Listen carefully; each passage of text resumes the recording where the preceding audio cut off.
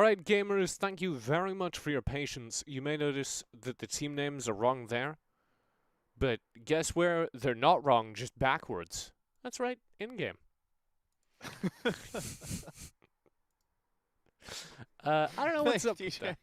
I'll take a look at that while we're at the break. My name is still Tj, that's Matt, Bambiria, Clint, Daniel. We are heading into game number 2 between Team God Corky and Naguara, and we're gonna take a wild swing here.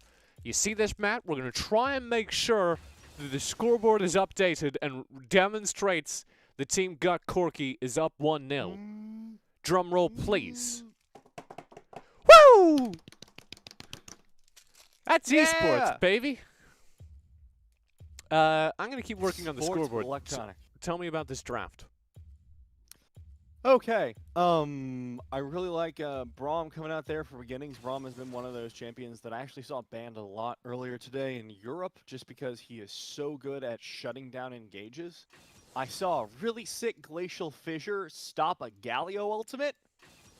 You'll note the Galio just got picked. So, this Braum has the potential to do some really cool things. We see X-Sly actually taking away the Ari from the side of Sad Sirius, who is now on Oriana.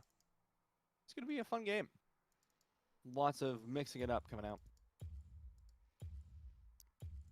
All right. I can't make part of the things work, so I'm just defeated. That's me too. That's your status update. These do look like cool drafts. Thank you for talking us all through that. Yeah. The misfortune is the most exciting part to me here. There's a really fun all-in comp for Team Naguara, and the misfortune is just got no protection if it all-ins. And normally that's a problem, but Team Naguara are super good at playing together through lightweight compositions. So if there is a team that could make this work, it would be them. I'm excited to see how this plays out.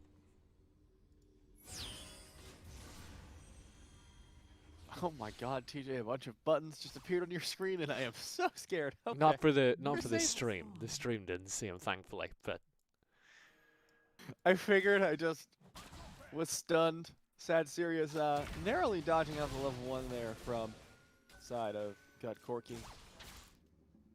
Is he though? There's a hell of a level 1, and Aperonin and Izerov just stay. They just live there. Just steal away red. Averonin. Averonin? Still, you don't smite that, right? Yeah, he's just gonna smite it. God. What are you doing? Averonin? He's dead. Trouble. Krampus. He's just him. dead. What are you doing? Dying. What is this? League of Legends Wild Rift Game 2 between Team God Corky and...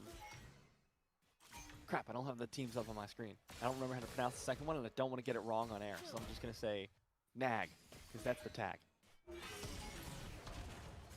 Nagura? I don't know, I've just been swinging. I'm sure I'm messing up some of these names, but these players are familiar with me from when I cast the LATAM Valor series, so they're used to that.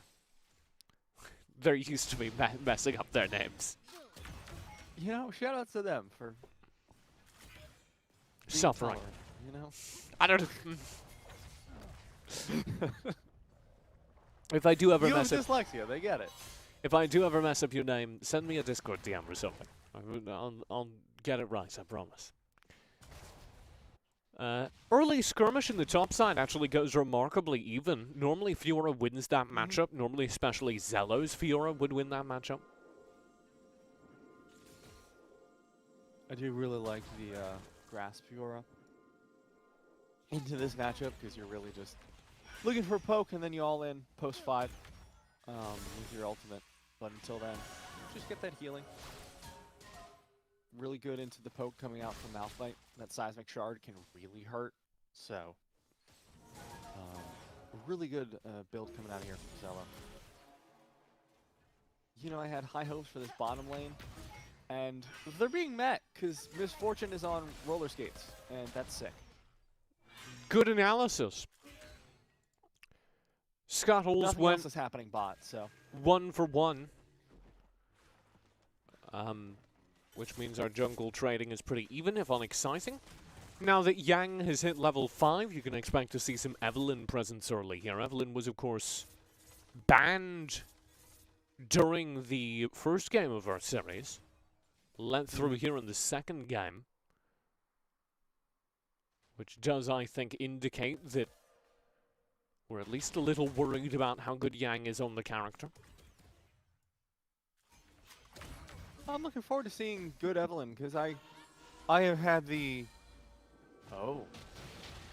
Krampus just here, as is beginnings. Yang should be able to punish this. Yang walks up to beginnings. Hate spikes do a decent amount of damage. Shockwave inside the pit. Krampus over the wall. Here's the dive in. Charm will land onto Amaronin. Needs to back away. Killer Instinct from Shoju. God. Sad Sirius barely survives. Low HP bars across the board, but nobody dies.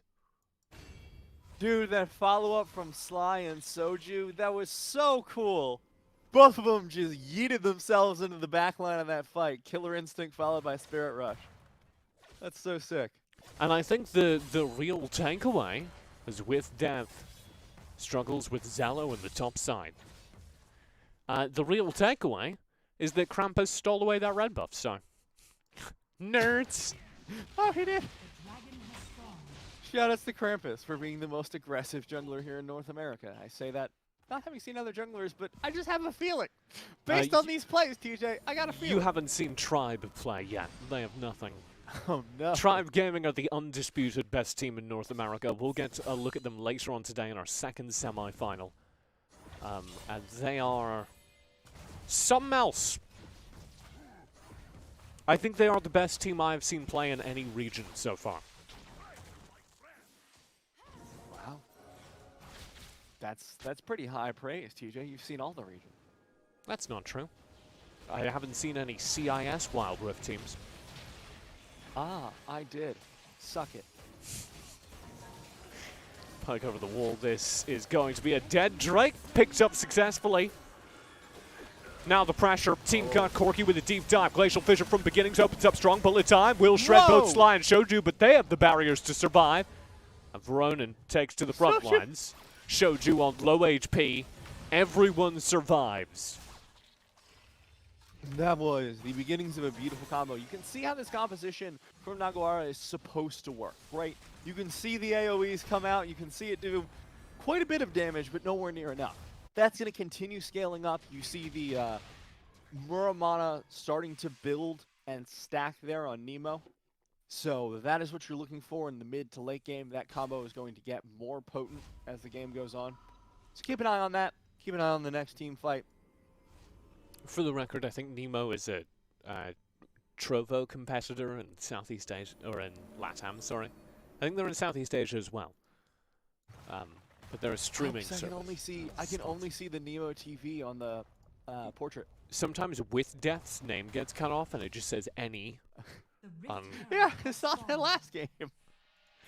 It's all exciting. But Izarov, yes. To be a carry going forward, you also, I think, can't sleep on the Evelynn. And I know Yang hasn't done anything particularly. Ooh! Oh my god. What? Just act Sly. Sly's good, TJ. Just Sly things. But this Evelynn will keep scaling up, was going to be my point. So, eventually something to worry about if this game doesn't end immediately. Which it might! Yeah, Krampus picked up that Rift Herald, rotating up towards the top lane to see whether you can either push that one down with or without the Herald. If you can't, probably will drop it. Uh-oh. They're spotted here, so Sad Sirius needs to dip. Kicked. Back towards the turret. Sad Sirius with the self-shield. Shockwave. Glacial Fissure from Beginnings sets him up. Krampus survives as Beginnings Glacial Fissure takes aggro away from Krampus. They don't even burn the GA. Ronin going in, looking for the taunt, but Soju with the fast feet stays out of range with Death. Will not be able to ult their way into this fight. And once again, Team Gut Corky get away with murder. So, overall, two very strong games from Team God Corki, as they are really bringing it to what coming into today looked like kind of the only team that had looked any good against Tribe Gaming, the only team that had been able to dominate the rest of the competition here. Naguara were, I think, one of the highest ranking teams in my own mental power rankings for this tournament. And Team God Corki have kind of manhandled them 2 games in a row now. Yeah, it's been really impressive watching, and it's just every single play Team God Corki have made the most of. Just every single time, even when they're getting blown up by the ideal team fight composition coming out from Naguara, they find a way to get a win out of it. This is going to be an open Drake, 25 seconds away. So Krampus backs, resetting. That completes Gargoyle's Stone Plate on his Lee Sin. This man wants to dive. This man wants to go real deep and not apologize for it. Does cede control of the Drake though because of that back. It is not worded currently. Team God Corki don't know what's going on inside this pit, aside from what beginnings can see, which is that it is being taken. Xerath blows the ulti in order to rush it down. Oh, Drake secure with a shockwave, picked up for Naguara. Now they need to get away. Krampus low, taking the front line. Xerath, no ulti, chased down by Shoju, will die to the Void Seeker with death. Trying to kite Sly, will be charmed into 3 players and shut down. 3 players dead as Sound Sirius dies elsewhere, and here comes the mid push. Charm, Krampus not pulled underneath the turret, and this will be another team fight victory to Team God Corki. At a certain point, you don't even need to get those dragons. Yeah, it helps. But when you're winning team fights that decisively, when you're getting objectives off of it, you can win before the dragons become the issue of the game. 8% damage is a huge increase. That's why the Infernal Drake is valued so highly. But you know what else can give you 8% more damage than the other team? Just being ahead. Yeah. And that's exactly what Team God Corki are doing. They're 10k ahead of their opponents. And this is a dominant showing, fight after fight. Team God Corki looking good, and again, they have to, because on the other side of this bracket is Tribe Gaming. And this is Far Cry, you know, a much better performance than we saw from Team God Corki last week when they were on stream. So I do wonder if that means there's been some practice happening off stream, if that means the addition of beginnings has meaningfully changed the roster. I know he used to shot call for Tribe Gaming when he played for them in Arena of Valor.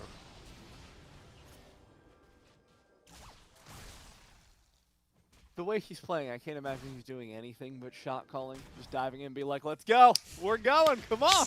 Saying I'm already inside the pit doesn't really count as shot calling, but there you go.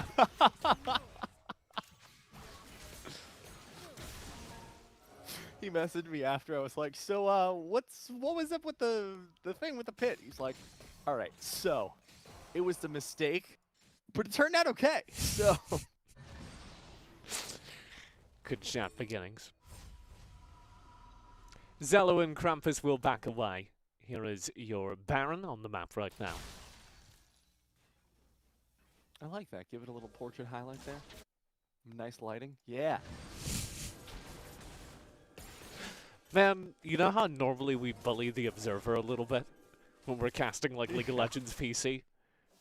I am the Observer now! Behold! No, it's my turn to bully you. Literally. More Baron. You're looking at a Drake pit That's now. the wrong one. Deal with it. Oh, this is very close. I feel uncomfortable. I'm invading Krampus's personal space. Just a little. Rift Herald, or sorry, Baron is up, and the players are drifting towards it. Team God Corki over here on the top side of the map. Beautiful push coming in here. Just keeping the pressure on Naguara while Cello is just straight up taking inhibs. Taking turrets, taking names. Yang is going to try and stop this one. Zello sees it coming. Dives right in. Yeah, I'm not a huge fan so of the much way. pressure on the Baron. I'm not a huge fan of the way Yang is playing Evelynn. Like, I don't think I've seen a stealth tick of the charm once. And admittedly, I don't know that you win into Zello there, so maybe that's why you don't try and full combo, but Evelynn, the thing Evelynn does is do a stupid amount of damage. The thing Evelynn does is be able to assassinate characters that are ahead of you in raw stats, and I haven't seen that this game. I think, to be fair, it's really hard into Fiora because she can just riposte whatever comes out from the charm. Then you're just dead, but yeah, an attempt would be nice. Baron still up and pinged, but it's now going to be traded for the Drake, potentially.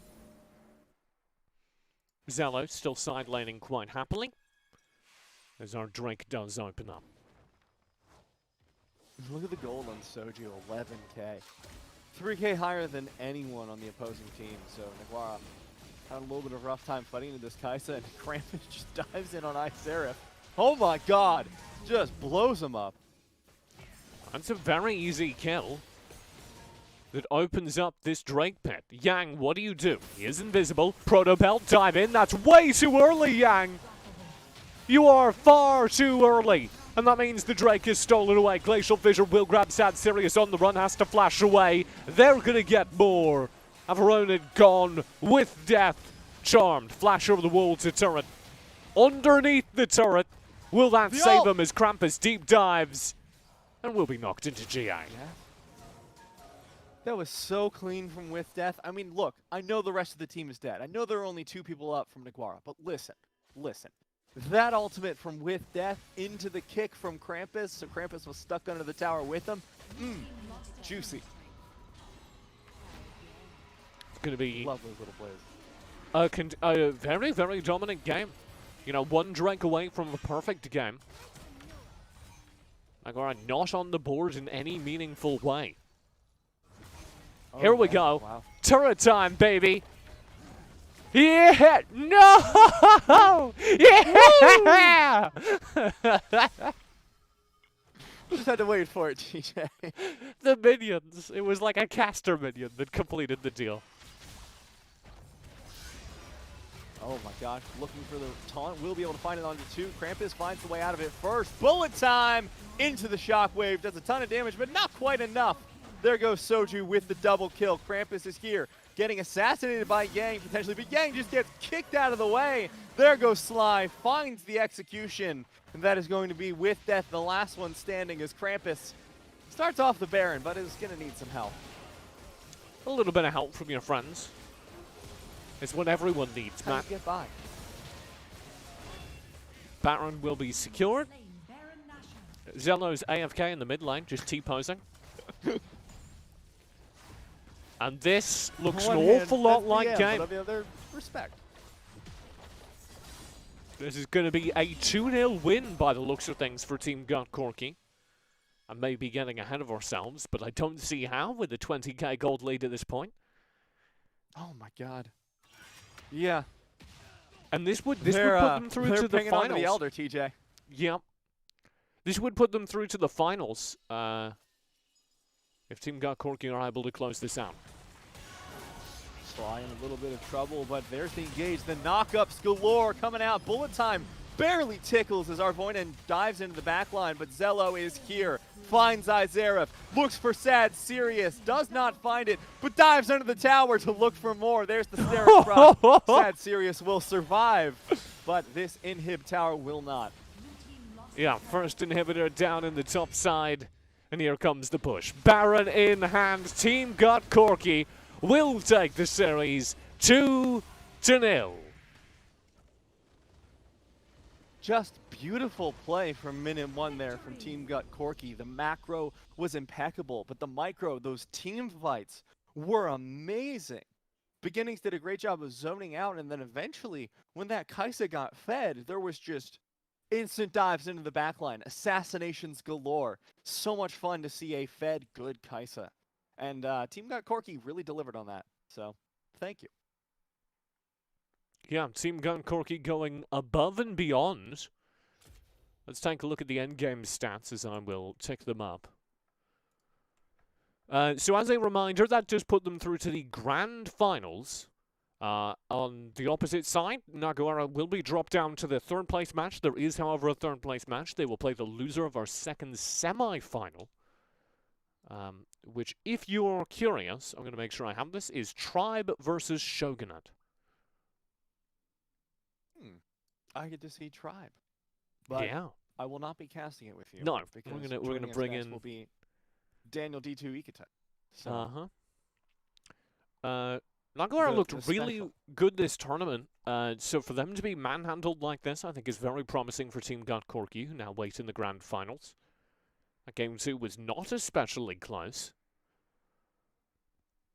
Yeah, not a single kill for the side of Nagawara. Just brutal from minute 1 there. Yeah, a really, really strong game. All right, that'll, I think, close us out, man. Thank you very much for jumping in here. Of course. I do appreciate it on such short notice. Any final words? Wearing the sponsor T-shirt. I am. I'm branded. And I was thinking, oh man, I'm about to go cast. Do I need to worry about whether or not I'm wearing a branded T-shirt? And then I was like, yeah, but I'm probably gonna be wearing a jacket over the top. All right. Oh, over the hoodie. Branding before we leave. Before I go, double sweatshirt. That's the power of branding, TJ. I've got the arm inside out, but when I stretch it, you see the matching logo. The power of SoFi, who do not sponsor this broadcast, but did sponsor another broadcast we both worked on. I've also have All right. Any final words as we do head toward a break, and we will be swapping you out here? Good luck to Tribe. I think if they can make it through the semifinals, as it sounds like they're favored to do, they got their work cut out for them. So. All right. Well, I'm gonna check back in on you privately, because I suspect you're gonna change your tune once you get a look at Tribe Gaming. We're gonna go to that break. We're gonna reset. We're gonna swap Daniel in here. I'm gonna sort out some issues I'm having production side. It's rough. Like here, look at this. This versus screen, no matter what I do, keeps saying that Nagawara are playing K&D and there is nothing I can do about it. And I'm really upset about it. Anyway, we're going to go to a quick break. When we come back, you won't want to miss it. Tribe Gaming plays Shogunate. It'll be a banger right after this.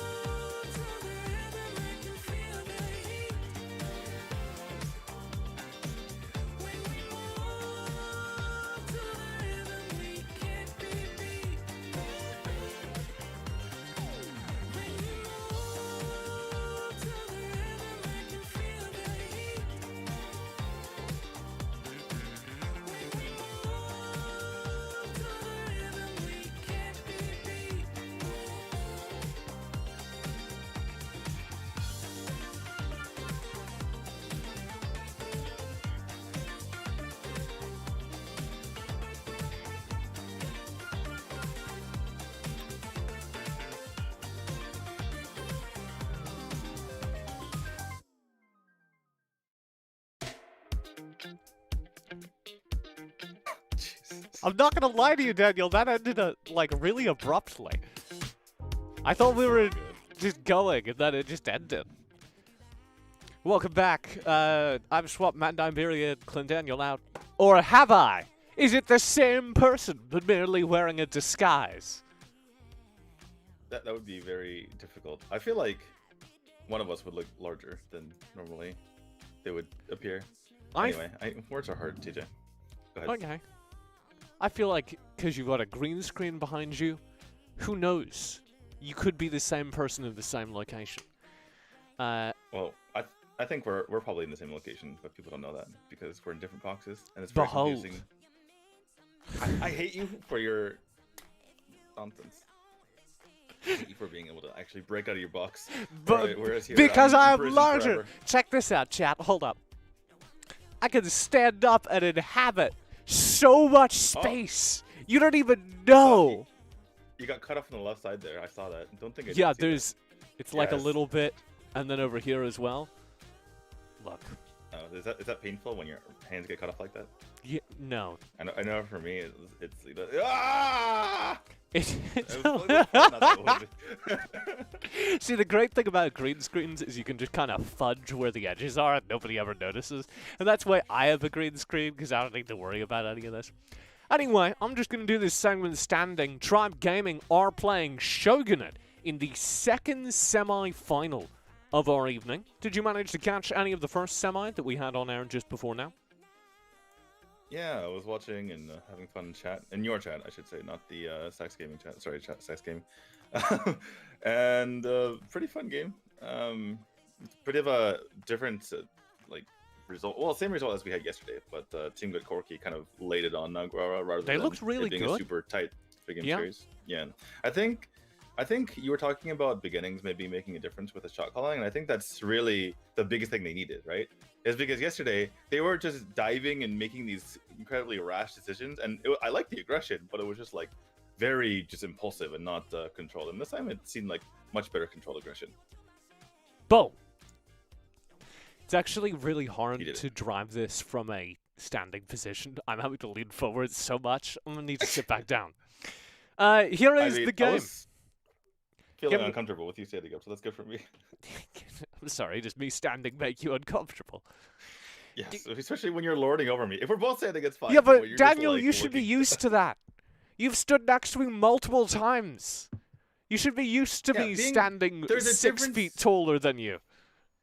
There's a difference between being shorter than someone and and sitting on the ground and someone like looking down at you like a teacher at a schoolroom or something like that. I don't know, it's all the same to me.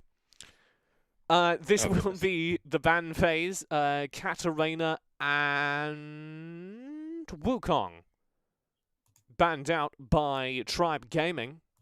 Alistair and Lee Sin banned out by Shogunate as we get into game and the picks proper.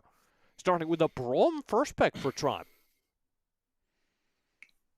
I'm liking how Tribe is actually creative with their bands instead of just picking the same band characters over and over again. I think we talked about this last time we casted them, right? It's like there's a fundamental difference between when the good teams ban and like when the non-good teams ban. It's just like everything just seems like the same bands over and over and over again. When you're talking about like the normal teams that go in, they just follow the meta. And then I feel like when we cast good teams, their bands always change depending on the team they play and like what happened the previous round, and it's always just more spicy.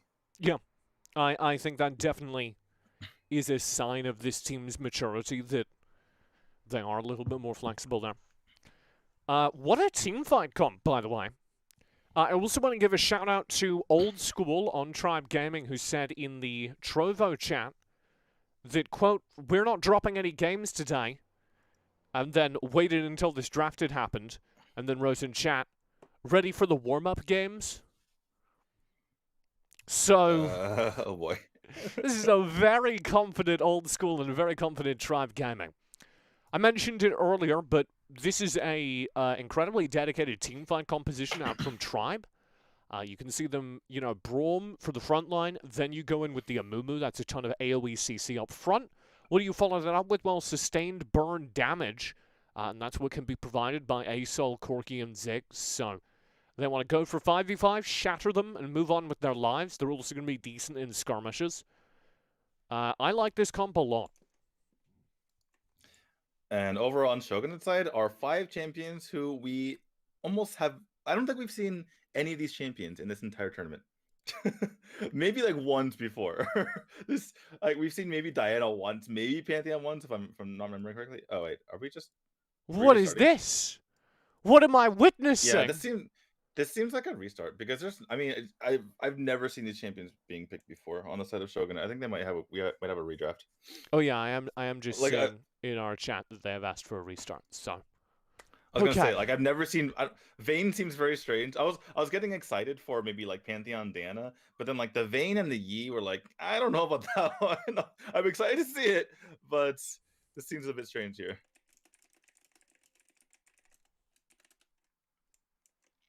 I will keep track of that and whether or not we can get back into this lobby.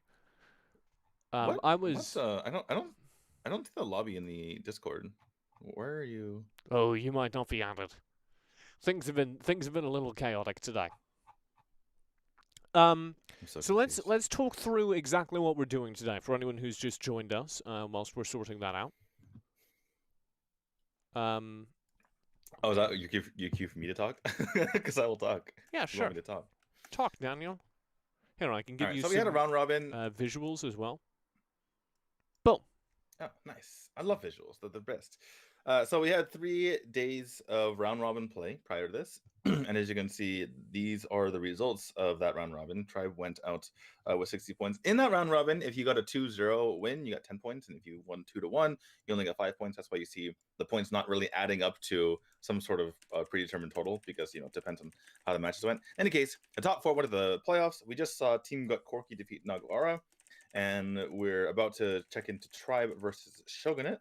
And the winner of that goes on to face Team Gut Corky. Both the semifinals are best of 3s, and then once we get to the finals, it's going to be a best of 5. And that's how this tournament works, TJ. Good chat. Yes. I'm trying to keep track of what is going on with the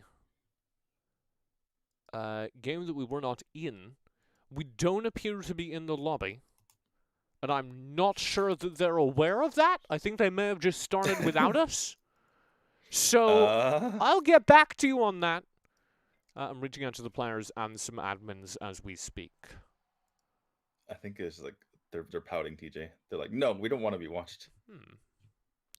We're very embarrassed. Don't watch us play. We might be able to hop in just via the client spectating feature, which isn't going to be ideal. Do you want to do that? Let's just do that. This is the same draft. Wait, what? That they're teasing. Sorry. Okay. I am sliding in via the built-in client spectating version and trying to see if this was the remake lobby or anything like that. I'm trying to sort that out. No, I think this is the game we just saw. Do you think I think the built-in spectating thing it's is just on delay? You just watch games. Yeah, this is what we just witnessed. You watch games in the past, yeah. All right. I went back in time and examined that same clip again. I can confirm that was a huge A soul stun. Really cool to see. Fantastic play. Dove behind towers to do it. It's fantastic. And I don't really have any more data for us. So, why don't we go to a quick break? No, we can come back unless you have anything else pressing to say. No. Okay. Go. That's your quick break sign. Yeah. All right, we've gotten confirmation. We're going to be able to get into that lobby. All right. We're going to be able to get into that lobby. I promise you we will bring you game number 1. It is going to take us a hot second to get into that, though. So we'll throw over to a quick little break whilst we're doing that. I would like to confirm I've gotten in touch with the players. Everything's going to be fine. Don't worry about it. I'm mostly talking to myself. I was really anxious for a moment there, but not anymore. We're going to be fine. So talk to you in a quick second. My heartbeat calls your name. Covered by the starlight, it's alright.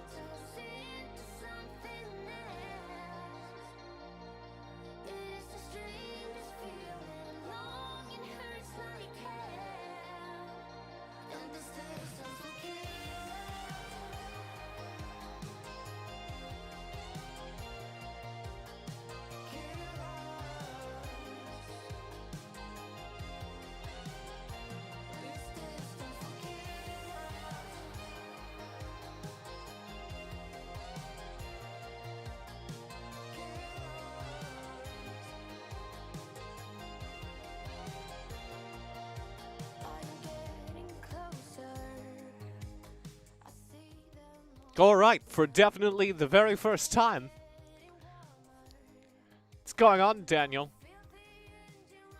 Hey, that was a great semifinal match that would just finish between The Naguarara. first semifinal. Yeah, that was sick. Yeah. Can't believe it. And you haven't even introduced me. I mean, we just saw. Oh that yeah, you're Nigeria right. Was on stream, but now we had it's Matt me. Nigeria, Clint Daniel for the first semifinal. This is Daniel Dtwo Akuda. The first time that I'm appearing on the stream today. That's yeah, for sure. first time. You know, this is gonna be the start of our match between Tribe Gaming and Shogunate. I don't know if anyone's seen that yet. It was on the screen earlier, but maybe people didn't know about it. There, that's what it is. That's the match. We're in the lobby for the first time, also. So we're gonna be getting into the draft for the first time. Never been in this lobby before. Best of 3 semi-final here at the Stacked Game House. Wild Rift Invitational. I'm doing great, Daniel. The confusion arose from it was a remake, but their lobby needed until the 5-minute in-game time to surrender, and I didn't know that. And when you surrender in normal League of Legends, you're just like, oh, remake, GG, and you get out. But for me, I was like, oh, wait, they're not remaking? They are remaking? It was very confusing. Anyway. Yeah, it takes a while. The bans. Sometimes teams just go all 5 up mid, and then you just win the game before the 5 minutes mark. Beginnings, when we got back into the lobby, wrote, rough game 1, we were limit testing, ready for game 2. Or sorry, that was 80s. Really good. All right, so the bans once again are Katarina, Lee Sin, Wukong, and Alistair. And that brings us to this pick, where Corki is the first pick, and it will be Braum Ziggs against them. Yeah, I wonder how much of the last of our fake draft is actually real here. I think we had the starting of a normal draft, and then things went off the rails when teams realized that something went wrong. Yeah, for anyone who wasn't here for the first time we went through this lobby, we did in fact have a remake. So I can't tell you which strategies came from what. Here is your draft this time round, though. Corki, Lux, Darius against the Braum Ziggs bot lane. I think that's Braum Ziggs bot lane, because this Twisted Fate will go mid. Diana to take top side. I was gonna say, we got like 3 mids here. It's like, just the all mid. Maybe they just go all mid, right? Just everyone now mid. we're playing Mobile Legends. Go all mid. Or ARAM. Do you know what ARAM stands for? Mid. I thought it was the name of my tennis teammate in college, which is actually true, by the way. That's his name. Is Aram. Well, your tennis teammate was named All Random, All Mid. Wow, that's the origin of his name. Interesting. I thought he was just Armenian, but... Evelyn will come through here as the final draft pick, making our jungle matchup Mundo into Evelyn, which literally could not be more different. I'm just like, I want to continue this joke because I was just imagining going into ancient Armenian history, and they're like, I will name you Aram for all random all mid. You know, Anyway. I don't like ARAM, so that might be interfering with my analysis. But I don't think that's where that name comes from. Maybe. Let's talk about the draft, Daniel. You know, what I pay you to do. How do you feel about these two teams? You're paying me? What? No, I am not. It's news to me. A lot of new champions that we very rarely see. Mundo being one of them. And Mundo was actually nerfed because he was too strong in the jungle. So it's the first time we're seeing that since that nerf. We saw a lot of Mundo in Europe, like a patch ago. But we haven't seen him very much here in North America. You're absolutely right about that. Sometimes it takes a little while after a nerf for people to realize, like, wait, he's actually still okay. Wait, this character is... inserts. Yeah. Insert character name is actually still fine. We can actually just play him normally. We don't see a ton of, or we haven't seen a ton of Darius this tournament, but that might just be the team preferences running in, because Darius has always been a very steady, nice pick over in that top lane. Diana, since her buff is coming, a little bit more often. Ziggs we have not seen in the duo lane, though. That is for sure. And Yeah, that about rounds up like the new less strange picks here. Yeah, I think the Ziggs AD carry is the only thing here that like feels like it could get a little dangerous. I think Diana top makes a lot of sense, even into something like Darius, especially into something like Darius, because she can self-shield so effectively. I'm excited to see Twisted Fate mid for Shogunate. I think that's very powerful potentially. We'll keep Yeah, our eye on I have to agree with you. Like, I'm not a huge fan of having like a traditional mid champion go into the dual lane, particularly because you don't have as consistent damage, right? I think for that lane, you want someone who can just literally auto attack over and over and over again, so that whenever you're in a situation where you need consistent damage and not just burst damage, you have that available to you. And that's why I kind of I'm okay with Corki being in that role, because he can consistently put out damage. So yeah, as far as like people who are traditionally mid who are in the dual lane, I'm fine with Corki, not so much with Ziggs, in my opinion. Yeah, so the big thing for me is that Corki under harass, I think, struggles to wave clear safely. You obviously don't want to be shoving in wave every time, right? And a lot of Corki's wave clear comes from being able to place their AoE very effectively. And underneath harassment, which they are going to be under, especially into Lux Kai'Sa, I'm a little bit worried that's going to get hard to do. Yeah, for sure. Yeah, you're worried about like the laning phase. I'm worried about the actual like fights where someone needs to die. You need to apply the last quarter health of damage in order to kill someone. Gold card. Will find the stun. Charm as well. This is the kill. Yes, barely. Oh dear lord. Whew. Zenith boy. ulted in towards the turret there to make sure they could complete that. Really sick stuff. Yeah, that was actually kind of funny. I didn't realize that was what took place. I'm like, did he just not have enough damage from his ult and had to go back in? But I suppose it was like you mentioned, where he actually had to ult in order to get that final damage off. So very well done by them. And typically you don't see first blood going against tribe like this.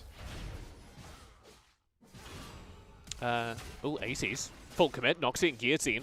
Toki very low, just a solo kill at the top lane. We got damn lucky. I was just like, man, we should watch the top lane for a bit, and ACs puts on a show. Yeah, that's happened to me a couple times going against Darius. Going against Darius, you actually have to have a massive lead in HP, or else he's just going to ult you and you're dead. You could be like up half a bar of health on him, and he's like, nah, I'm sorry, you're the one that's going to die here. We do have 08 fan here.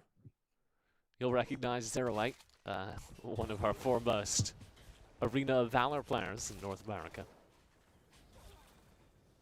Just mundoing here in the jungle. But I don't think this is 08, logically. So I'm curious if we can get maybe an identification. I'll open up the chat. If anyone knows who 08's fan is, I assume they're probably a name that we've seen before. If they know the Arena of Valor player, I'd be curious. Here was our first making Drake. New fans here.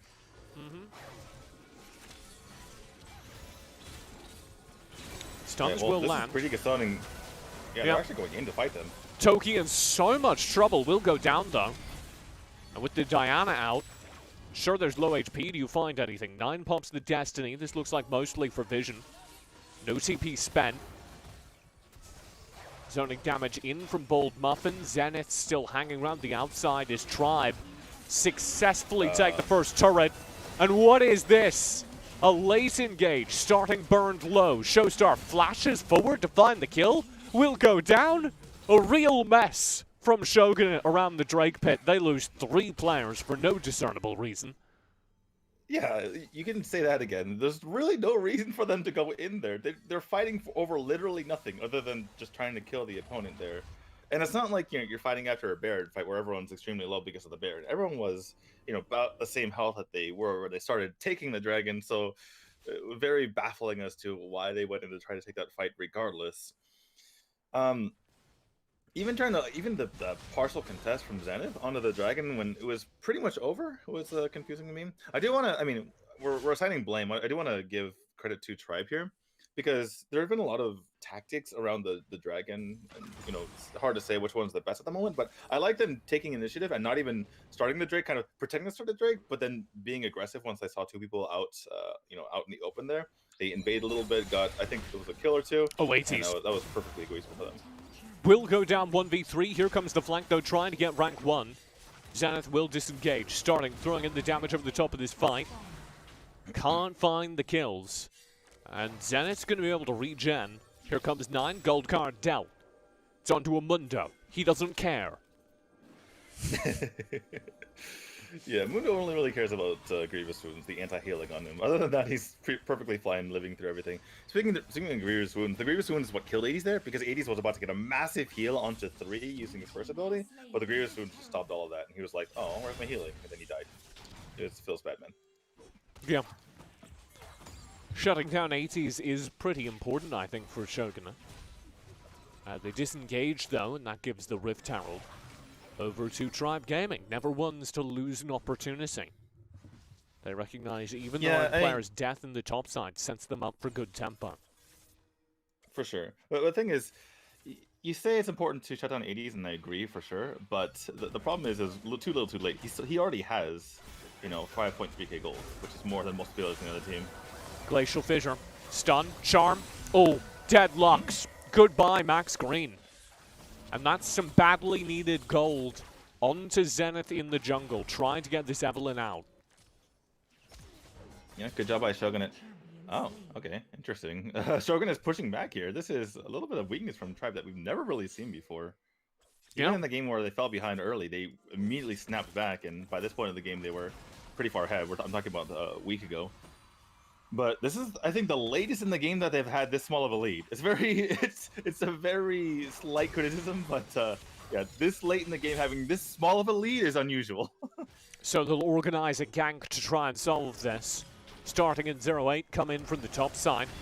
They're going to focus down. Showstar underneath the turret. Will flash away. Mega Inferno Bomb to try and zone. They still find the kill. No problem at all. With Bold Muffin down, here comes 9. Here comes Toki. Gold card will be dealt. 0-8 tanks through it all. Rift Herald in the meantime takes the turret. Oh, and the final spark. Oh! Yeah, I had the vision there from... Oh! Zenith will come round the side. Has to ult away as this gets dangerous, and Toki steps up front. There's the chase from Starting deep onto Zenith. Toki should go down. Show does. Stasis from Starting. Toki tries to find revenge, but only hands a double kill over to Starting. And in the meantime, guess what 80s is up to? That's right, taking a free turret in the top line. That was some, anime hero stuff coming up from Showstar. Like, he has 1 health remaining, but he's like, I will be your shield! And he jumps up and he sacrifices his life for Zenith. He didn't really save the other member of his team, but Zenith stayed alive. It's the second kind of pointless fight that we've seen develop around Zenith's aggression, though. And I'm going to flag it, because that was not a positive pitched fight in any way. I don't think there's a way, unless Tribe really muck that up, for Shogunate to win it. Was he caught out, or was he trying to No, he make just something walked happen? up. Because it was in his own jungle. He was trying to find a flank around the side, which I understand. That is what you're supposed to be doing as Evelynn.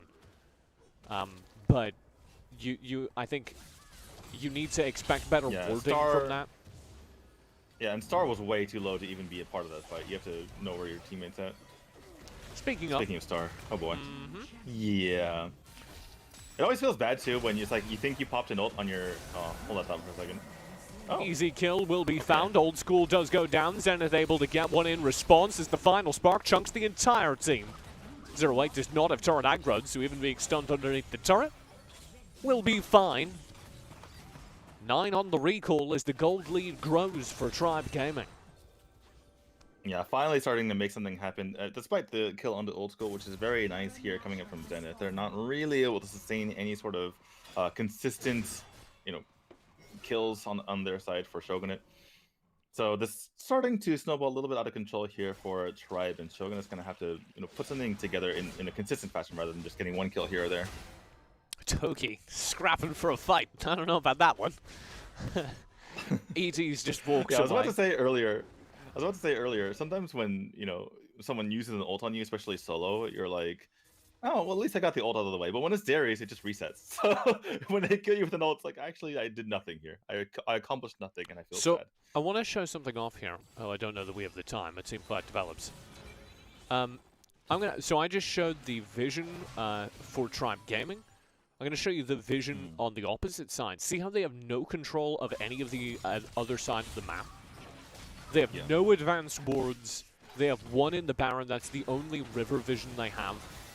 And I think that's, you know, paying huge dividends for Tribe. Yeah, Toki got a little bit aggressive there. Used third ability to jump on the opponent. Didn't really have a way out of there. So, Diana's third ability, you can teleport in and it resets quickly, and you can teleport out, but you need to teleport to something, or else you're screwed. 80s? Can you 1v4, it does not matter. The team has started Baron. 80s is just a distraction. And they still make it darn close. In the meantime, oh, a steal! Zenith, how have you done that? What? Zenith steals the Baron, 1v4. Sacrifices his life for it. But Shogunate take that trade. I'm going to blame the Observer here. I don't know who this Observer is. I didn't think there was any way. I thought whether or not AC is found a kill or not was the far more interesting play. Yeah, true. I thought the 80s might get a kill there, but he didn't, and the steal from Zenith out of that Baron. Things could not have turned out better for them. Crazy stuff. And they get the Baron. Wow. The question is, can they make something happen with this? Like you've mentioned with the wards earlier, that I haven't been on Tribe's side of the map for any of this game, really. Was that stolen? It wasn't. I did keep the camera on it, just in case I was wrong about that, though. Should I start a little bit close? Hey, if this was a TJ Brom, that would have been, been a kill and a steal. Redemption for Vision there. Just want to flag that. Tribe doing a really good job of, once again, just finding players on the map with those tools. It feels like Redemption's being picked a lot more these days. Oh, package coming in. Yeah, deep dive in with the Valkyrie. Mega Inferno Bomb to follow up. Final spark from Max Green. 80's very, very low, but surviving and turning the tables as the kill does come out. Toki falls in exchange for starting, and the dive from 08 will be rebuffed. Low HP across the board. Overall, a 1-for-1 trade. Resets forced on Shogunate. Yeah, the nice thing here for Tribe, though, is if you force a fight like that when the opponent has Baron buff, it really just kind of wastes time for them, right? They can't really push into the lanes if they're fighting you. And so they come up with a 1v1. They're on the offensive, so Shogunate had to back off. And they didn't get any time pushing. So this is kind of like a time waster for Tribe, and it really made it so that the Baron buff has not been used at all here for Shogunate. Yeah. And maybe you can make the case that this is a game they can scale back into. You know, we can go late game here and Shogunate can win out. But I think they struggle with that. Because the ways that you would do that are with the Evelynn, I think, in particular, with the Diana. And all of their gold is onto Twisted Fate, who is not going to be a late game carry. Right. He's just there to be, you know, he's kind of like an extra support in a way with all of his stuns, and he can 1v1 kill someone, but in a team fight situation, he's not going to have that crazy AoE damage or that consistent ADC damage. And if we're talking about ADCs, then Tribe has it in spades, because both Corki and Kaisa can carry these fights late game. I don't see a champion like that on the side of Shogunate. You do have the Ziggs. The Ziggs get scarier and scarier. Yeah, it's mostly poke damage, though. That's my problem with the Ziggs. That's what I was trying to refer to earlier, is that he doesn't have the consistent damage. He has a nice poke damage, which, you know, can be consistent, but in the middle of a team fight, as long as Tribe is aggressive, they're not going to feel much of Ziggs' pain here. Yeah, you may have noticed 08 hasn't died this game, and that's because there isn't really sustained damage to threaten a Munda. Yeah, and also, you need the... Especially that if is you're going shield Mundo, is in the wrong direction.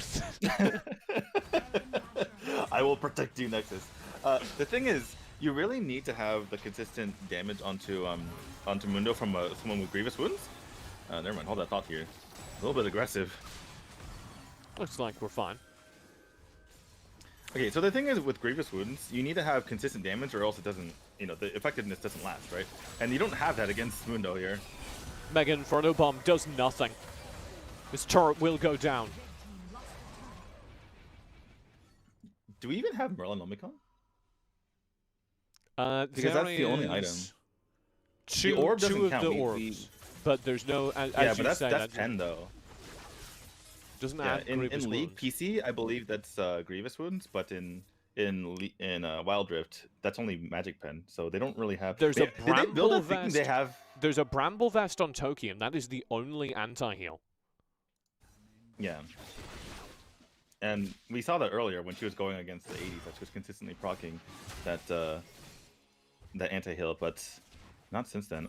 They had to be going for Melanomicon, right? Like, it's they haven't mistakenly Yes, thought Melanomicon that is what's being built, at least on Toki. You can see them building that book as well. Okay. Working I towards was going to say that. they didn't make a mistake and think that the orb was enough to provide grievous wounds, because it doesn't. It doesn't do it in this game, unfortunately. The Mundo meta is here. Mundo going wherever I they mean, please, walking across the map. No real Well, threat. it was a surprise pick, right? It was the last pick of the draft, and I think it's because they realized, like, wait a second, if Mundo's going against no ADCs, then he's just no gonna do whatever he sustained wants. damage. It's all burst. And there is an And awful lot Mundo of doesn't burst care about damage. burst. But the burst damage onto Mundo just Darius heals, Mundo. yeah. Like, who cares? Certainly not Mundo. I mean, Mundo's just fighting 4 people. Fighting is a strong word, but he's certainly not losing. Yeah, sure. That's right, just Well, walking taking the away. blame while this is happening. Oh. Toki Hold the loses light to 80s. We'll go into stasis. 80s now in trouble. Glacial Fissure will come through. What a well-timed final spark.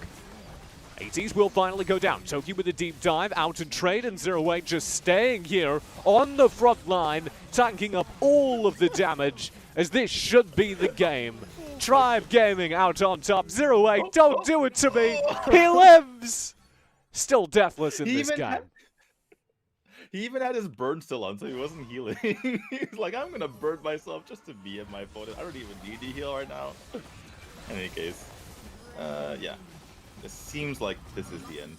And it is. Tribe Gaming 1-0 versus Shogunate.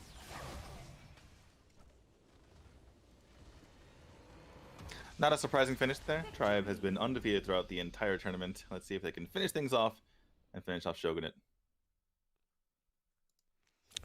Let's take a look at the stats here. Old school, a large part of that does have sustained damage. If we fly over to the actual damage charts, though, I'm going to be curious. Yeah, so Ooh. really, really high. Starting edging out in the damage. He's like, I wonder if there was like a bet there between old school and starting. Starting's like, I'm gonna get the most damage. Anyway, go ahead. I wanted to talk about how Bold Muffin, you can see here, is actually doing equivalent damage to old school and starting. But the reason you don't notice is because all of it is chip. All of it is little bits of burst damage, and a lot of it is into, like, Mundo. And it doesn't matter how much poke you're doing as Ziggs into Mundo, he don't care. Yeah, when you see Mundo's health bar go from 100% to 95% back to 100%, that damage does not matter. But it gets added to Bold Muffin's stat line, so it's a lot of empty calories here when you're looking at these stats. I like that sometimes. analogy. Yeah. I like that analogy. This is going to be your gold chart.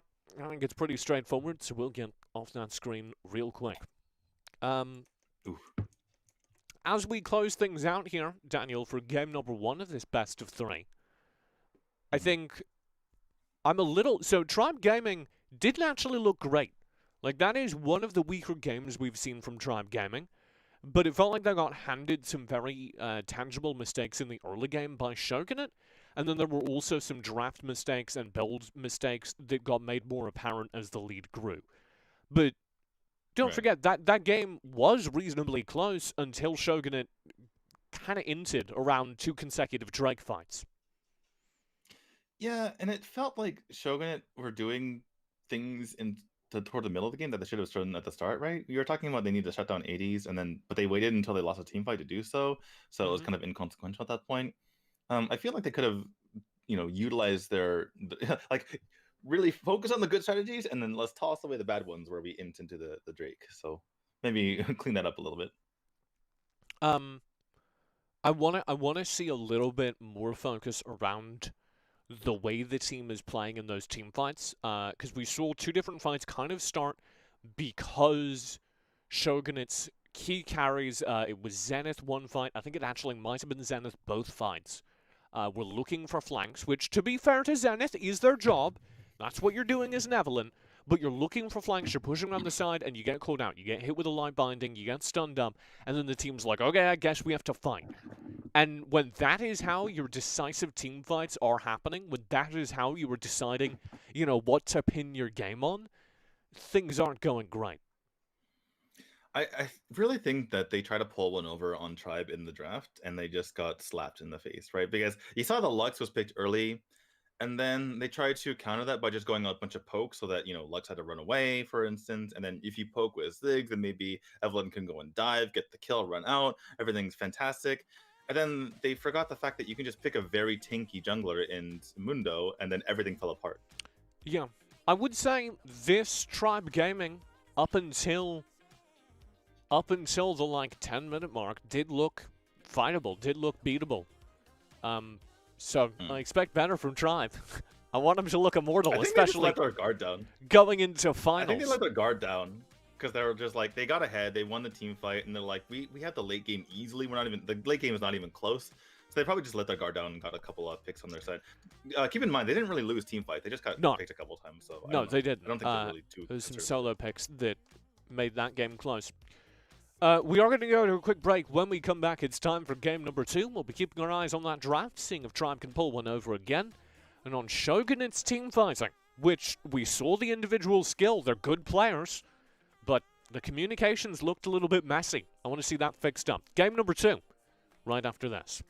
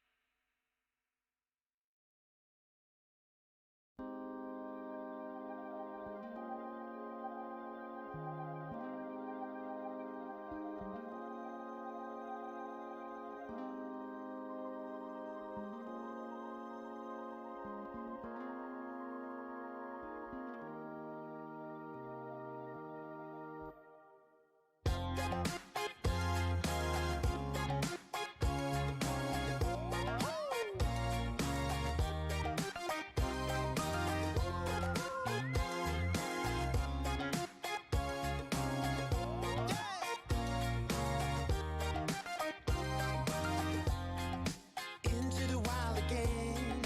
Tell me when does it end?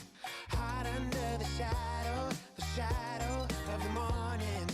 Into the break of dawn, we are gonna carry on. Covered by the daylight, it's alright.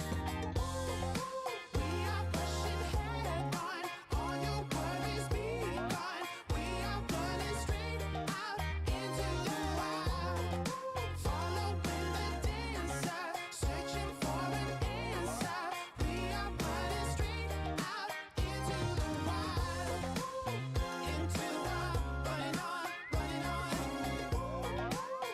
Into running on, come on, come on. Are we delirious? Can I get serious? What lies on the horizon, horizon before us? My heartbeat calls your name. Can anybody feel the same? Covered by the twilight, it's alright. We are pushing head on, all your worries be gone. We are running straight out into the wild. Following the dancer, searching for an answer. We are running straight out into the wild. Into the wild, running on, running on, running on. Into the wild, running on. Video games. Yeah.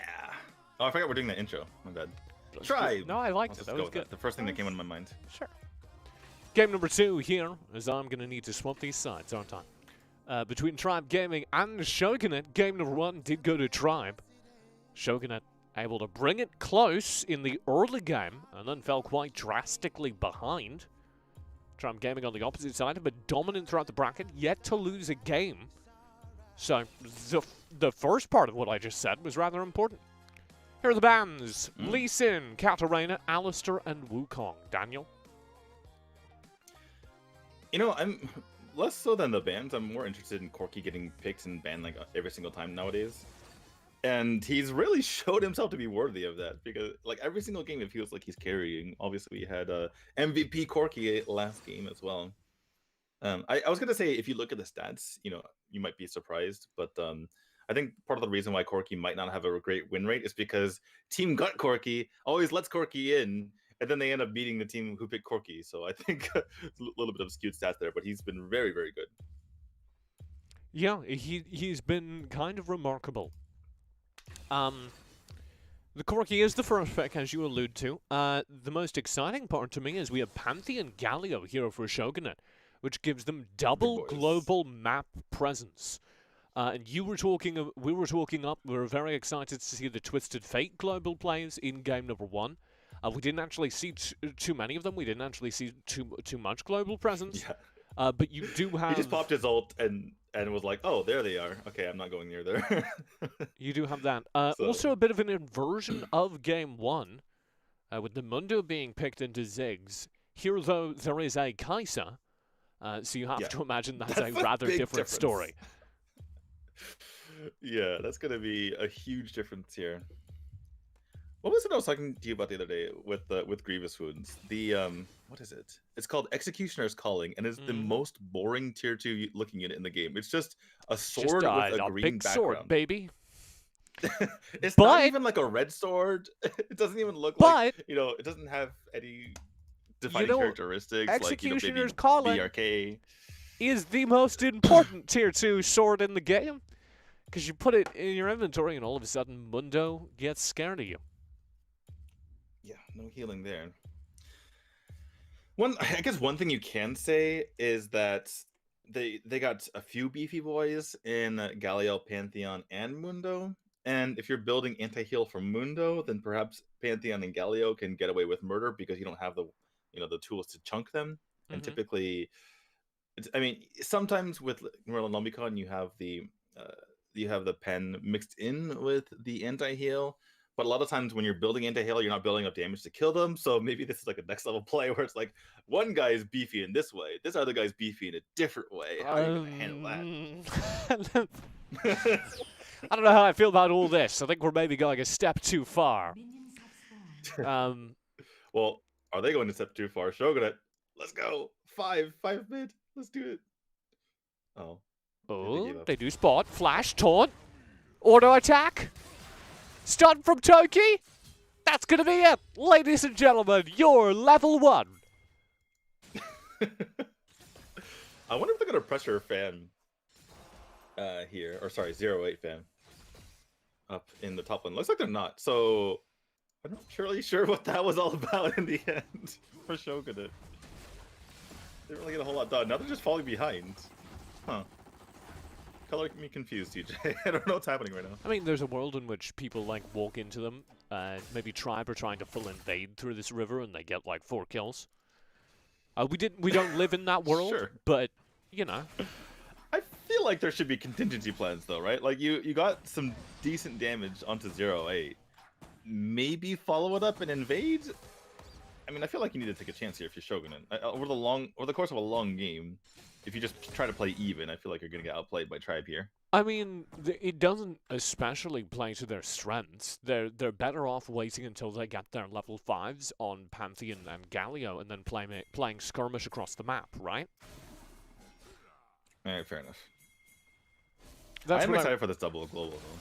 Yeah, that's Just what like I to want jump to see. in, like big boy Pantheon ult followed by big boy Galio ult. Do you know what Pantheon ult's called? I do not know what it's called. Grand Starfall. Oh, who was the? Wait, who's the? I forgot. It was a Galio. One of his or was it Heroic Pantheon? entrance. One of his. No. One of their abilities is called Justice Punch. Justice Punch. But in game he says And it Freedom reminds me- Punch. Oh, okay. It's like the most. It's the most like anime name I've ever heard. It's like Yeah. it comes straight from All Might from My Hero I don't- Academia. It's like Justice Punch. I don't remember if we got to this point in our conversation, but you were like hating Galio. And if you play Galio, I guarantee you will do a 180 because it is impossible to have a bad time while playing Galio. Engage, Well- double taunt. Max Green eats all the damage. Really good brawn play. To be fair, I hate Galio because he's annoying to play against. So I don't Yeah, no, doubt he that is just might be such very a good. his kit, his animations, they all flow really well. Just a really good feeling character. It's really fun to play. I apologize. We missed first blood. 80's over on the top Was that a side. Justice Got Punch? back up. I was getting distracted by the fighting happening down bottom, but 08 roams up. And Vi has an empowered auto, which means they're pretty good at taking turrets, but they're not going to go for it. Yeah, this early in the game, I think it's pre-4 minutes that we established earlier that the turrets are very, very beefy, and in fact, they get even more beefy. It stands to reason that perhaps it's harder to take down as 2 than it is as 1, because it ramps up to 2. I believe it's like 100 or 150 extra defense as 1, but then it goes up like 300 as when 2 people join. So it's like actually harder to take as 2 than it is to take as 1. Once you get to like 5 though, it's like it goes up to like 500 defense, but you know you have 5 members there, so technically it's easier that way. The point is, don't try to take towers as 2 pre-4 minutes. It's just not gonna happen. That brawl's going to continue topside, and Toki is positioned for it. Should have the 1 off cooldown for the dive stun. There it is. Oh, spear execution! But 08 instantly here. Can't Grand Starfall away, which was the attempt. Very cool play being set up there by Toki, but we'll get the 1-for-1 trade and not much more. That was really clever from 80s though. He knew he was in trouble, so he actually popped his first ability because he knew there was a delay on it. He popped his first ability, then flashed out, knowing that in order to kill him, that Toki would have to go in and damage him right at that moment. So he got the extra heal and the extra damage as he ran away, because he knew that the only way that he was going to die there was if Toki jumped in at that second. Max Green, 80s and starting all on the top side of this as Toki gets into the fight. Will be in trouble. This is going to be the Rift Herald. Sorry, the Drake taken successfully. As, oh dear, that's going to be all they get. Tribe Gaming clean up the rest of the fight. Absolutely demolishing Shogunate. Low HP bars across the board. How many can they close? Starting over the wall. 1 kill, easy. That's Toki, Star, and Bold Muffin all down. I apologize, Daniel. I forgot to speak the English language during that team fight. I know the feeling. I know the feeling for sure. Yeah, but well, you live in +4 Japan. minutes at the moment. You have like an excuse. Yeah. I do tend to forget the English language because I'm not speaking English where I live. But good lord. Yeah, that was. I'm sorry. Okay, anyway, that was quite the fight there, and you can see already the issues with playing Mundo into someone like a Kaisa because Kaisa was just raining damage in the Mundo. He had to run away. They didn't have the front line presence that they normally have, and all of a sudden everyone had tiny health bars. TJ, and that meant that meant that Tribe got to walk right all over them. Mm-hmm. Tribe do exactly that. First strike of the game does go over to Shogunate though, which is worth something, especially on an Ocean Drake. I love how Old School just eats the honey fruit because he wants the gold and the mana. He's like, I don't really need health because I'm Old School. I'm not gonna. I've come to really hate that rune that gives you gold when you get honey fruit, because as a support player, sometimes I really need honey fruit. I'm eating all the frontline damage, but my AD carries like, nah, I'm getting my gold. I'm getting paid.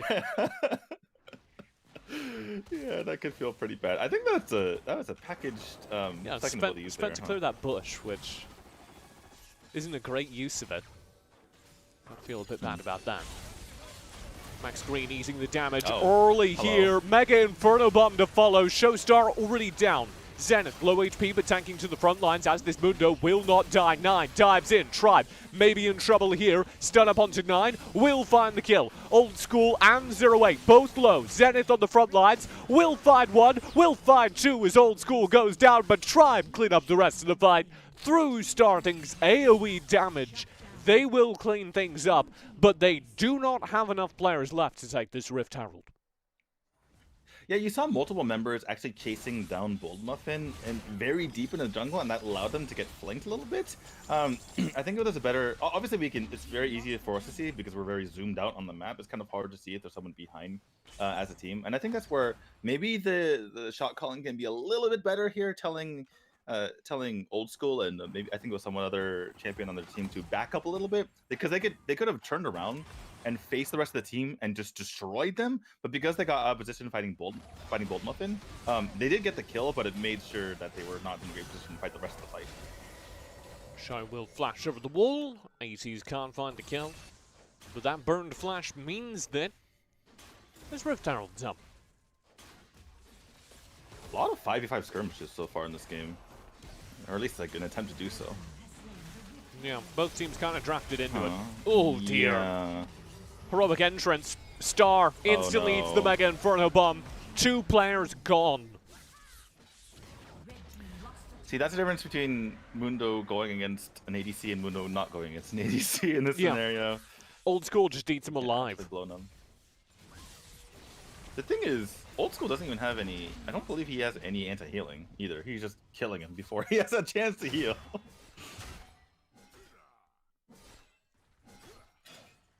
So with a very easy series of pickups, Tribe Gaming building out quite a definite lead here. And this is much more the Tribe Gaming we were expecting coming into this series. Maybe a little bit of game 1 rust to shake off. Yeah. Well, again, I do think that game 1 was a lot of just being a little bit overconfident and getting a few picks coming their way. Ah, Zenith. Oh, Zenith. Does have regen. Oh boy. Not this much regen though. AZs finds the kill. Yeah. Old School just built Pen. So he's going towards the Mortal Reminder. But he built the Pen item first and not the anti-healing item first, which means he just doesn't care. He's like, I'm gonna kill you anyway. I don't really need anti-healing. Showing Star underneath the turret. He's alive. The numbers are too big, as I like to say. Oh god. Old School killer instincts onto a Valkyrie from Bold Muffin and ends up inside the base, and we just roll with it. It's just an opportunity. That's going to be Tribe cleaning up the kills as the Rift Herald collides with the Nexus. think that's all we're getting. Grand Star hello. Ball in. 80s may be in trouble. Toki eats so much damage instantly, though. 80s will find the kill, but go down. Zenith able to find the opportunity. 0-8 will trade it out 1-for-1, starting with 1 HP. The Ignite ticking will survive. Oh boy. Yeah, Shogun getting a little bit desperate here, trying to get any kills that they can while a couple of members of Tribe were a little bit low, but not going to happen, especially when you're 13k gold behind. Granted, some of the items weren't picked up, so the gold difference didn't really make that much of a difference towards the end of that team fight, but still, not the greatest time to be picking a fight here. No, rather disappointing times overall. I love how Tribe, by the way, how Old School went into the base, and then the rest of Tribe was like, I guess we're in the base too. I guess we're doing Old this. School's in the base, we're in the base. I don't think Old School meant to go in either. They just procced the Killer Instinct onto the Corki. Oh, and I think he did. I think he totally meant it. He's like, No. we're going in, boys. I think he cast the Killer Instinct before the Corki Valkyried. So he cast the Killer Instinct, and I could be wrong on the sequencing. You know, I'm not piloting the characters. Maybe he was anticipating the Valkyrie, and he's like, we're going in. Pop that. I like your version of I dare events you. more. Tribe Gaming, Baron in hand, Super Minions in hand. Game number 1 already in hand. Here we go for game number 2. Oh, goodness. Big Look how hands much is what I'm damage the saying. bomb does. Yeah, one bomb from... Okay, you didn't see it there on Zenith because it's very tanky, but one bomb from Ziggs there. So much damage. 0-8 low, knocked into GA. Old School in the back lines has to kite away. They do lose Old School properly here. This gets dangerous. Starting in trouble as well. 9 able to find the kill over the wall. 0-8 out of the GA. Will fall for the second time. But 80s in the meantime. 80s just focuses on the Nexus and completes this series. 2-0. Tribe Gaming take the win. Honestly, my brain is not functioning properly, so I didn't know what was happening. I'm like, are they just throwing this fight? Like, oh, okay, that was the reason why. I was doing the math. I was like, where's 80s? What's going on here? It seems like this fight is one-sided, strangely enough. That'll close things out, 80-0, with the heroic fly. Starting, doing a lot of damage. Show me the numbers. 23k. Wow. Starting's like, I win this one, Old School. Mm-hmm. And this time it wasn't really empty calories, even though, a lot of those bombs probably ran into the beefy trio of Galileo, Pantheon, and Mundo. A lot of the damage translated into kills in the end. So a bit of a different story from last game, Ziggs. Yeah, bit of a different story, bit of a different result as Tribe Gaming look comfortable in their semi-final. And Daniel, that means we got something real sick ahead of us.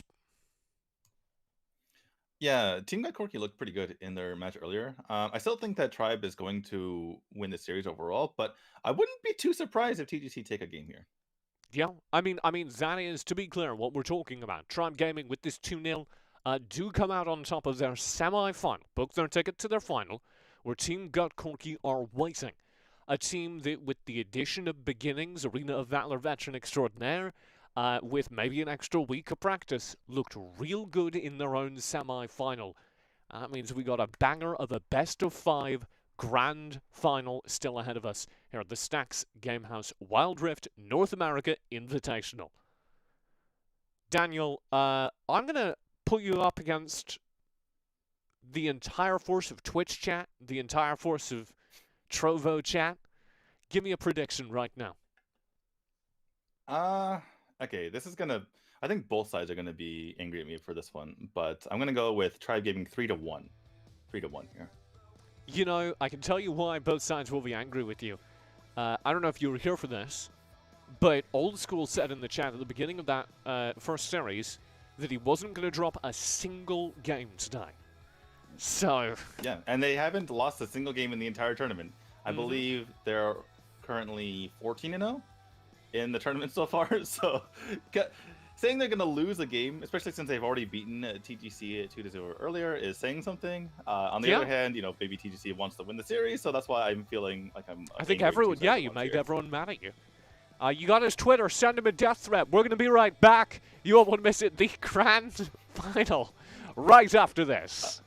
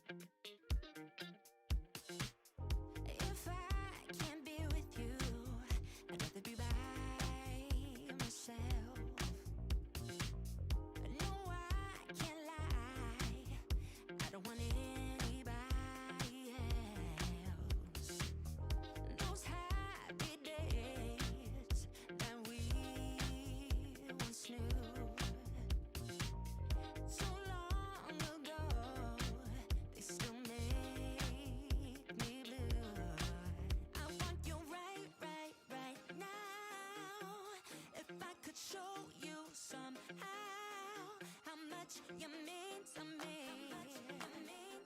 If you could only see.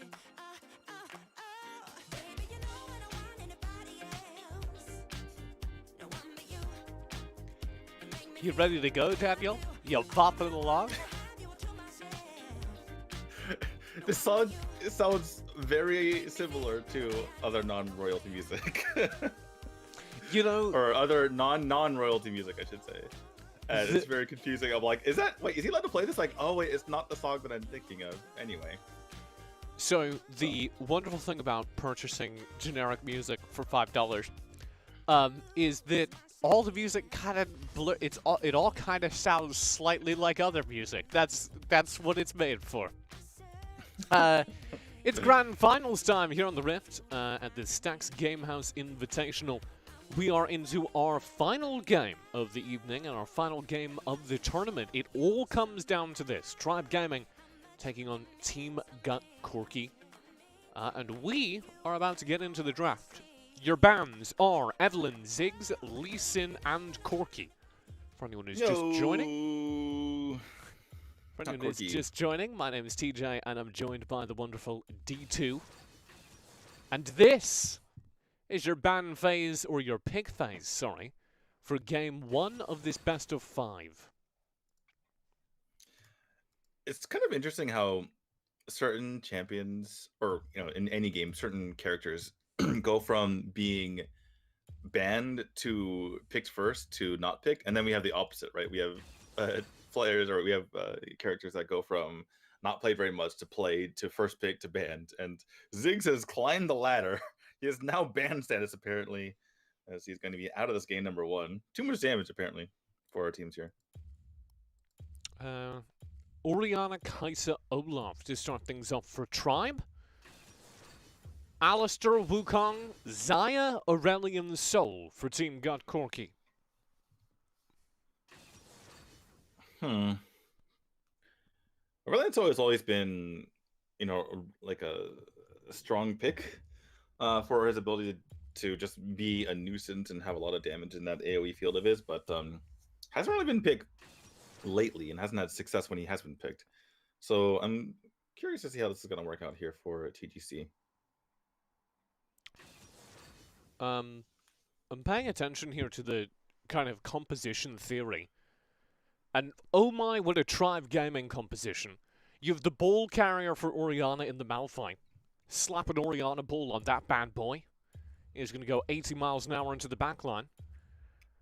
Kai'Sa Braum at the bottom is a really good teamfight combo because Kai'Sa wants to proc the Winter's Bite by applying stacks. Like, this is overall a really good teamfight composition. The speed boost from Orianna also applies very well to Olaf. That's a very good synergy. Opposite side, you have a bit of a bouncy house. Alistair Wukong is going to be knocking people all over the place. Very good at locking down individual targets with the Camille. Lots of CC across the board. But they're going to really need Soju's Xayah to do the majority of their damage. Like, this needs to be a really good Xayah performance. Right. Yeah, I know you said that Xayah is your number 2 behind Kai'Sa and the ADC role, but I don't know. I feel like it's a pretty big gap between the two. I feel like Old School might start running away from this one, especially because he has Braum on his side to help out. Braum Kai'Sa is pretty devastating combo. Oh, hello, Stardy. We did have a very, very good Zello Kai'Sa game earlier today. So I believe. Wait, Zello? Sorry, you're right. Isn't Zello? We had a really good. We also, I was getting my thoughts mixed up because Zello also had a really good Camille game earlier today. So multiple things to pay attention to. I think that the Camille role this game is to kind of be like a Fiora that can have a better teamfight presence. I feel like Zello's going to be stuck or sitting in that lane for quite a while here and force 80s to not go to the teamfight as often. Yeah. I think we're on the same page there.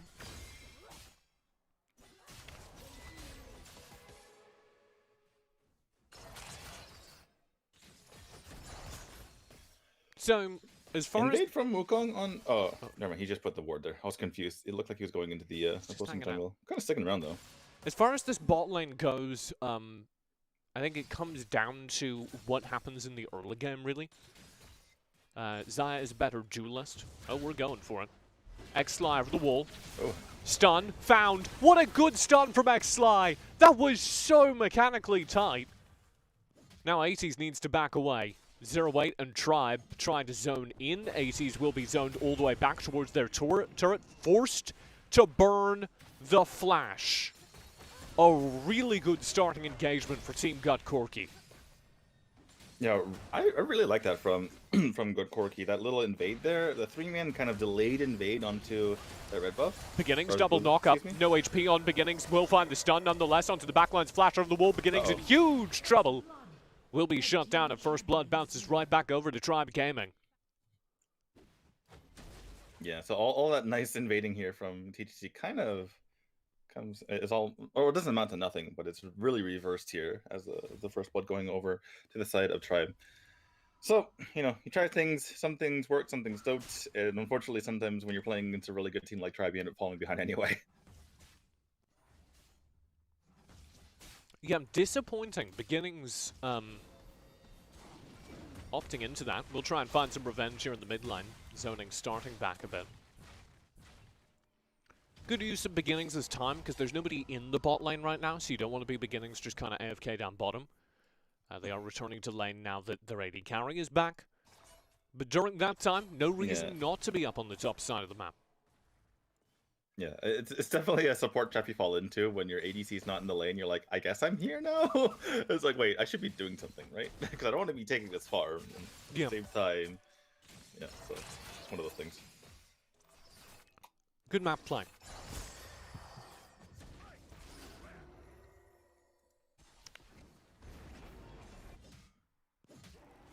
Not a whole lot going on here for either team after that little bit spicy start, obviously. I want to talk about that invade though one more time coming out from TDC. Even though like they are behind now because of the first blood going over to their opponents, it's really clever because what you're allowed to it's not really anticipated here from Tribe Gaming, and so because it comes at a weird timing into that delayed invade, and as long as they know where 08 is as far as rotations are concerned, they can really make it happen, and especially with the global rotation there from Sly, it makes it really hard for any team to react to. They have to basically predict it. I mean, it was kind of built around the way Sly played, right? It was built around their invade. His first Drake is up. Sly has completed Rod of Ages, which is the first item complete. Archangel staff completed for their lane opponent now starting. As we go for it, Drake secure for Tribe Gaming. This team fight though, hit by the biggest stun I've ever seen. Sly opens things up, Featherstorm into the backlines, max green, 1 HP, but they will not be able to find the first blood in this fight. It's instead Krampus to go down. And Tribe Gaming get a kill, back away. Get the Drake back away. Everything's going well for them, 2-0 in the kill feed. When I saw that massive bomb coming up from Sly, I did not think that Tribe was going to get away with the Drake and a kill. But it just shows how good they are in the mechanical passes of the game, right? So far, this tournament, we've seen them just outplay their opponents in so many different ways. And chief among them just being their better rotation so that they have better team fights. But mechanically speaking, they're extremely good as well. And the way they're able to scatter away from that and keep everyone alive was very impressive. Yeah. And it's got to be kind of frustrating for Team Gut Corki, who did really find a great start to a team fight there and then just not be able to finish any of it. Yeah. If you go back to last series where Tribe Gaming was, barely ahead of Shogun at 6-7 minutes in the game, that was more them being a little bit, lackadaisical and not playing to their full potential. I think this game they're playing to their full potential, and the point I'm trying to get to is that TGC have actually been very impressive. It's just that Tribe have been better. Yeah. Full focus on the bot lane from Tribe. They roam 3 players down there. And so, Team Gut Corki do the same. They will focus on 80s, and they should be able to get this kill. Voice of Light through. 80s, 1 HP. Barrier burned. Dead behind the turret. Turret was traded down bottom, and now the full roam comes towards the mid lane.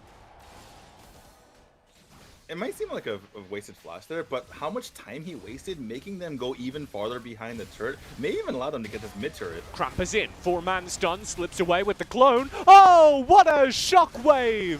Huge plays from starting, and that turns the team fight. Beginnings goes down. And that's everything you need. Soju Rain did find 2 plates on the top turret, but nothing more, and the Rift Herald will be started. It is getting started, but Soju Rain is in the vicinity. So too is Krampus. I wonder if they can make something happen here. On to starting. Krampus, not much more. Soju putting some feathers on the floor.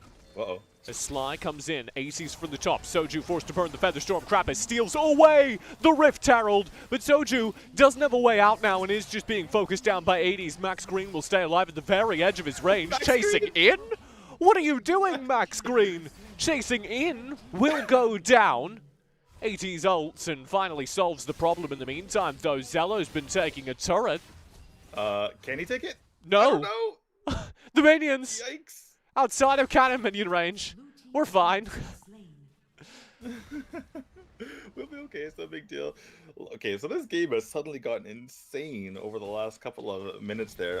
Zello doing exactly what we wanted and expected from him, which is just continue to put that pressure on.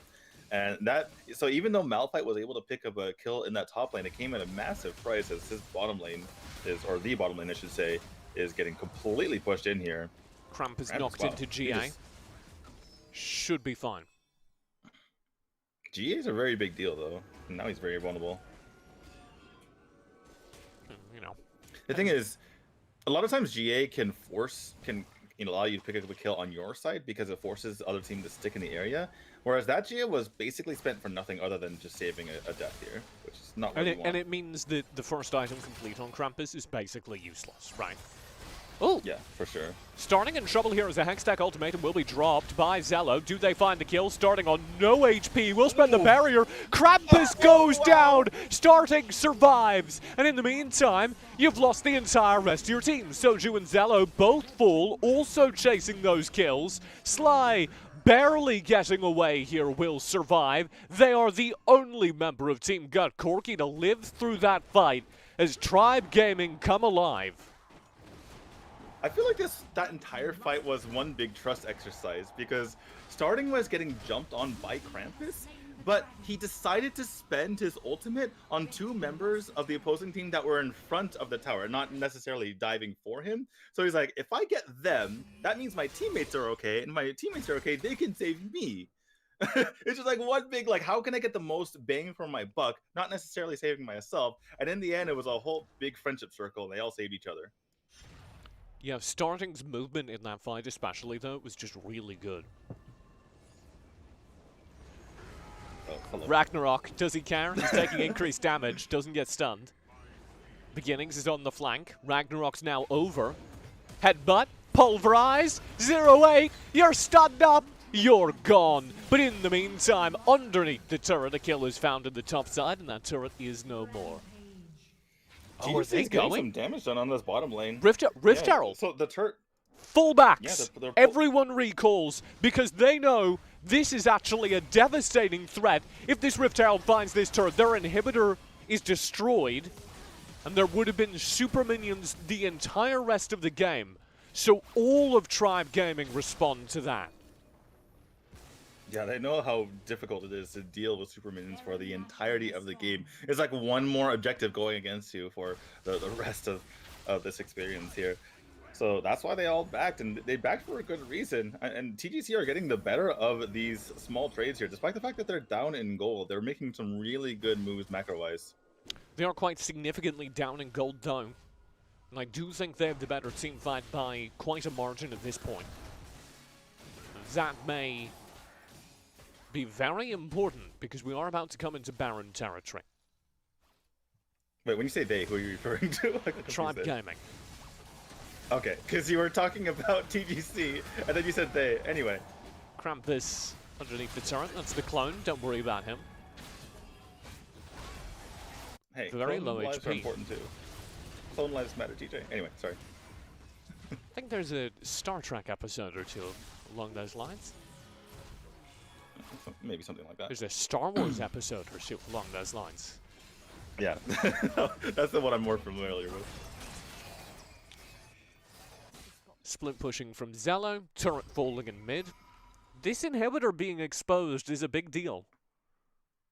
It is awfully low. Yeah, there's obviously Tribe have to keep an eye on them, but the split push gets more and more non-viable as the game goes along, especially since Malphite does have teleport now. So it's gonna be interesting to see if they're able to get more results of the split pushing, or if the goalies just go, oh, hello. Ragnarok burn defensively again, Voice of Light through. Very, very low HP on 0-8. They will keep kiting back as Krampus dives in. 80s tanks the frontline damage. Soju round the side, can't contribute to the fight, but scares old school round. Oh, huge combo from 80s, unstoppable. Force Krampus into the front lines, will be knocked into GA. Beginnings dives deep, will go down, but here's the damage. Zell over the wall, Blade Caller doesn't find the damage you're looking for, and I don't think there's a way to win this fight. Tribe Gaming have come out on top, forced the Featherstorm. Soju's down, old school with a triple kill, and Tribe Gaming come out on top. They will turn for the Baron, and they may be able to go up 1-0 in these grand finals.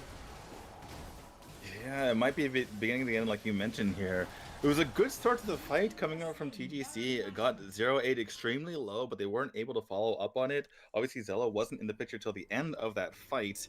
And when they have a sustained fight like that, where they don't have a particularly good positional advantage, it's going to always go the way of the team with more gold in this situation. So, you know, every second that ticked along was good here for Tribe Gaming, and it was borne out that way when they finally took the fight and the Baron. Beginnings kind of on the top side here as Max Green pushes up. Zello and co will run down. This is for the Drake. But also, it's to deny the impact of the Baron. Beginnings in trouble, stunned up, huge unstoppable force. Again, 80 starts and ends the fight. There is nothing for Tribe Gaming to lose. They have cleaned up 4 players. They can all but end the game here. 28 seconds on the timers. Yeah, this is game number Zello 1. backdoor! Zello, you can do it! Zello, backdoor now! Tribe Gaming 1-0 up in the series. Oh, Zello, you almost had it. A best-of-5 finals. Kicked off with a bang. I believed in Zello, TJ. I believed he could do it. The backdoor. What a great game Backdoor one. until you win. Yeah, very, very nice. Wow, old school. Talk about awards. I didn't even know what all those mean. There's like a tower there. There's like a triple kill there. There's a sword and a fire and a gold and a purple thingy. It's got a lot of stuff. Hang on, I got the key for you. Highest minion score, highest champion damage, highest turret damage, triple kill, most gold, most kills, and legendary. Nice. Not a lever. Not a lever. I wonder if it's possible to get every single score. You got like MVP, you got like all the you would, insignias, I and then don't you know. get I don't lever know as how you well. would do all those And and griefing. grief. I don't know how you would do everything and grief. Most awards placed or destroyed. Really, really good game one. Like I was saying, I think Team Gut Corky brought the fire in that game one. I'm excited to see how it continues. It felt like there were a couple team fight misplays that Tribe Gaming were just able to punish really well. But Tribe Gaming had to play hard to win that one. Right. I think it's just the fact that Tribe has more experience overall, right? Because I feel like TGC had a lot of good moments, but you felt them thinking a lot, right? Like, okay, we're gonna do this, we're gonna do that, and then we're gonna do this, and then okay, if we do it this way, then we'll win this, and then Tribe, a lot of it's just kind of instinct. Right? And so when the game goes this long, they don't have to think as much in general if they're going to, you know, all the slight advantages that they get are going to go to their side. So even if, you know, you have a good invade like you have from TGC, even if you have a good, you know, split push like you saw from TGC, at the end of the day, Tribe's going to eke out small advantages and it's going to build like you saw in the gold there. Yeah. Like you saw in that game number 1. So what are your notes for game number 2? Kind of what are you taking into game 2 as we head towards it? Notes as far as what TGC can come back, or what do I think is going to happen? I mean, in general, hit me with it. I'll follow you. I just feel like this version of Tribe is very hard to beat. right? If Mhm. we see Tribe game number 1 versus Shogunate for the rest of the series, then there's a way for TGC to win a game here. But if Tribe play like that, I don't know if I think the TGC would have to play the game of their lives. And I don't know if that's going to happen. We've seen good plays here and there from TGC, but putting it together over the course of like a 20-minute game is very difficult, right? You can't just change who you are in one game. But you'll see. Sometimes you just play out of your mind, and things happen, especially because they can snowball quickly in a game like this. Yeah, I think those are the takeaways. I want to see cleaner team fights. Like I'm always in Beginnings' corner. I'm a huge Beginnings fan, going all the way back to Arena of Valor. Some of those team fights, Beginnings was the one. Like I'm particularly thinking of that initial 2v2 that happened around the bot lane. It was actually a 3v2. And Beginnings opts in and just goes ham on the Alistair into a losing 3v2. And I it wouldn't felt be like surprised. Oh, go ahead. Sorry. it felt like that was kind of the kickoff impetus. I don't want to roast Beginnings, but I do want to say, even as we're talking Beginnings up a lot for being a calm and experienced voice on this team, oh good lord, Daniel, what is happening to you? I'm disappearing into the void. I don't know what's happening either. I feel like I need to bring up the Word document. I need to bring up the Word document so that I can to fix the lighting. Yeah. Yeah. I felt like even as we're praising Beginnings for being a lot of this, experienced voice on the team, we do need to also acknowledge when there are mistakes made. I killed Daniel. He should come back a little better than before. Oh no. Hi. And that was a particular mistake that came from Beginnings, which I wasn't expecting, and I want to see that cleaned up coming game 2. I wouldn't be surprised if the entire invade idea was his idea though, because I've never seen anything like that from TGC. Mm-hmm. So even though he wasn't like part of it, he's like, okay, here's the plan, guys. We've done this in EOV. What you do is you don't invade at the beginning. You invade at this specific mark, and then Acel comes in. He comes over the side. They're not going to see it coming. It did remind me a lot of the stuff we saw in AOV, and I do hope we see more of that. Team Got Corky played that game really cleanly overall, and it sets us up for a game 2. Give me the odds, Daniel. The odds? Yeah. Like percentage chance? Yeah, percentage chance. TGC take game 2. Oh, taking game 2? Okay. I was going to say the series, there's like no way. But taking game 2, I give TGC a 20% chance. Okay, that's a bit lower. I think I'm feeling a little bit high on Team God Corky after that game 1. I'll give them a chance in this series. I think we do have a series on our hands. But they'll have to prove it. We have a best of 5 grand final still ahead of us. $250 on the line. Don't go anywhere. We'll be back with game number 2 after this.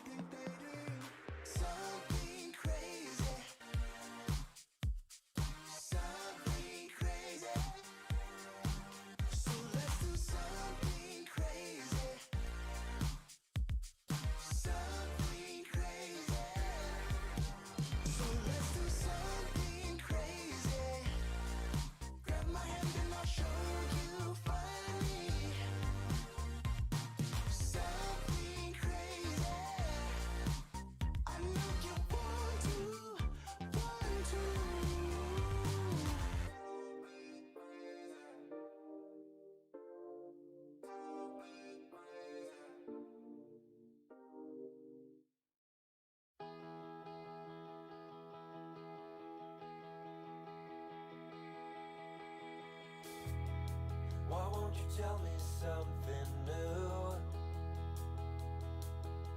You waited for someone to save you and left me all alone. I wanna tell you something new. You drove us both into a wall, but we only hurt one.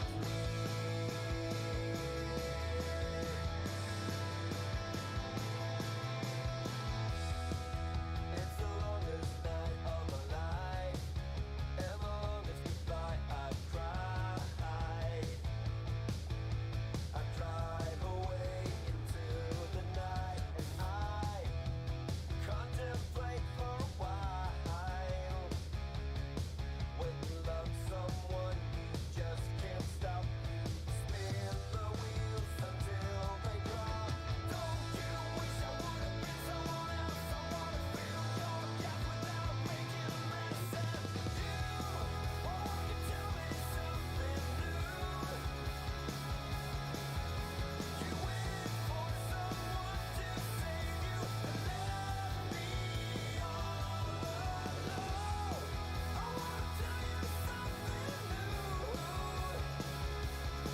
You drove us both into a wall, but the only hurt was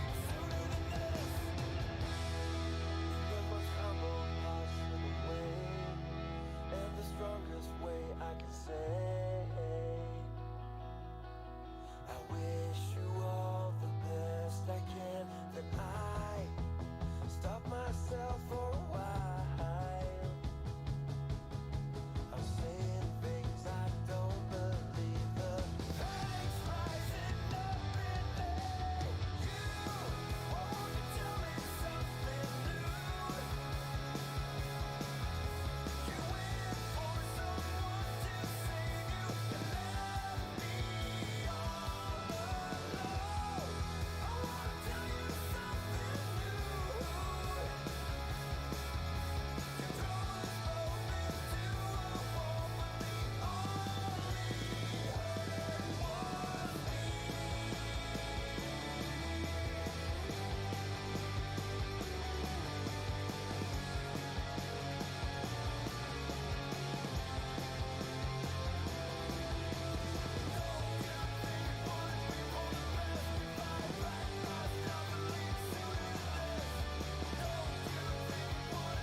only hurt was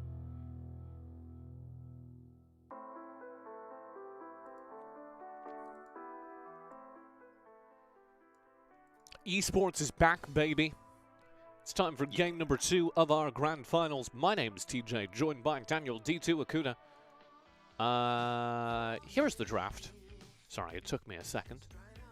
We're headed into game 2 between Tribe Gaming and Team Got Corky. I almost said Team Nerf Corky, which is like the same energy. Game number 1 looked pretty good, Daniel, but Team Got Corky were not able to put it together. And now coming into game 2, you set a clear set of goals for the draft. How are they doing on them so far? Well, they finally get Corky, which is Hell yeah. unexpected because despite their name being Team Gut Corky, they've allowed Corky to be picked by their opponents for the majority of their games.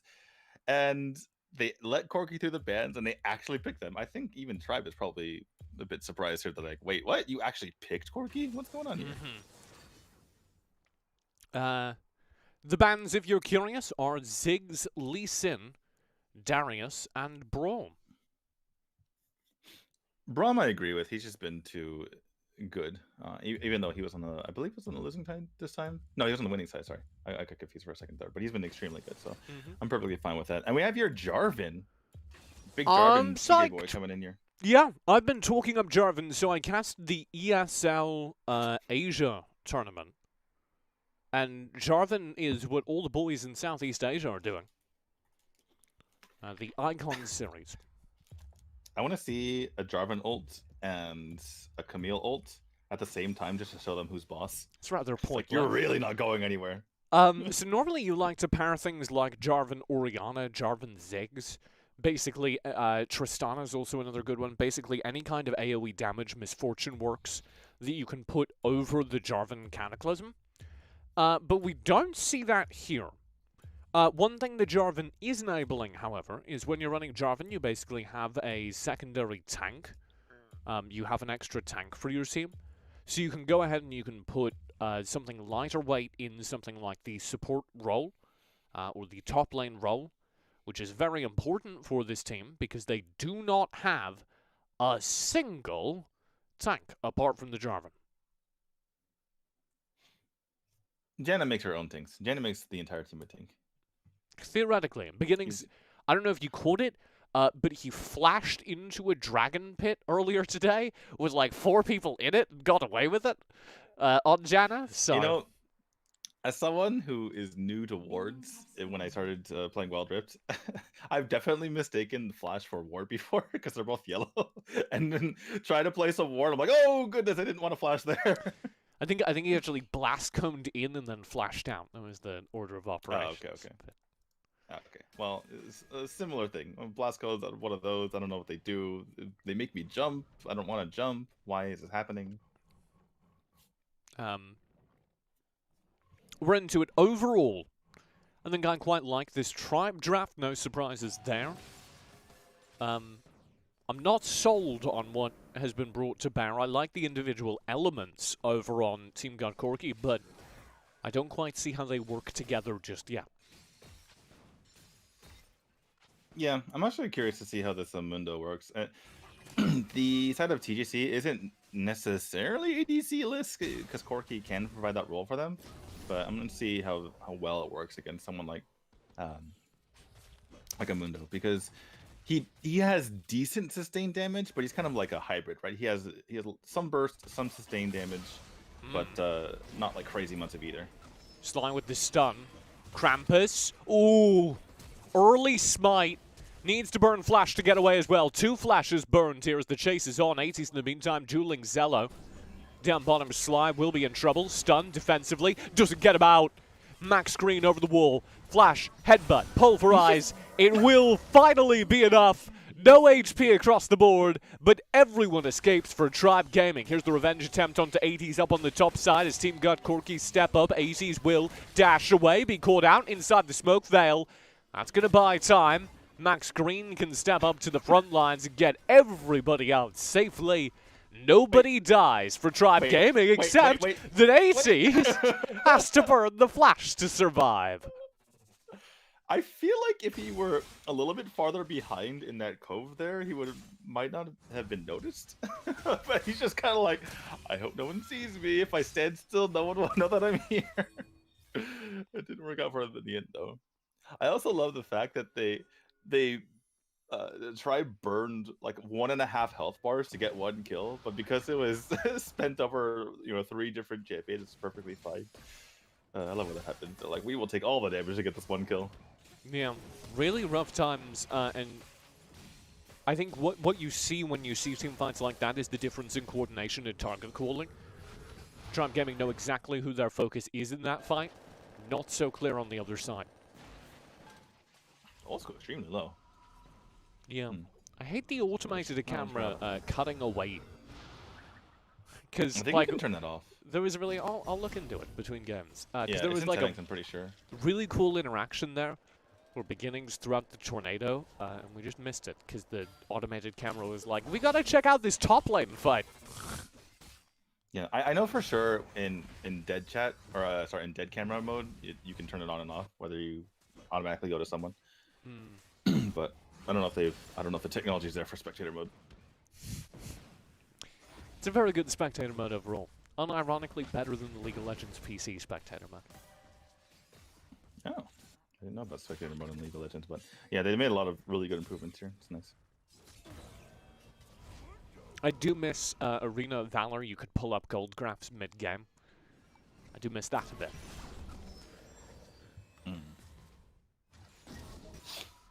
Here we go. Pressure onto the bot side. Soju Rain does not get to back.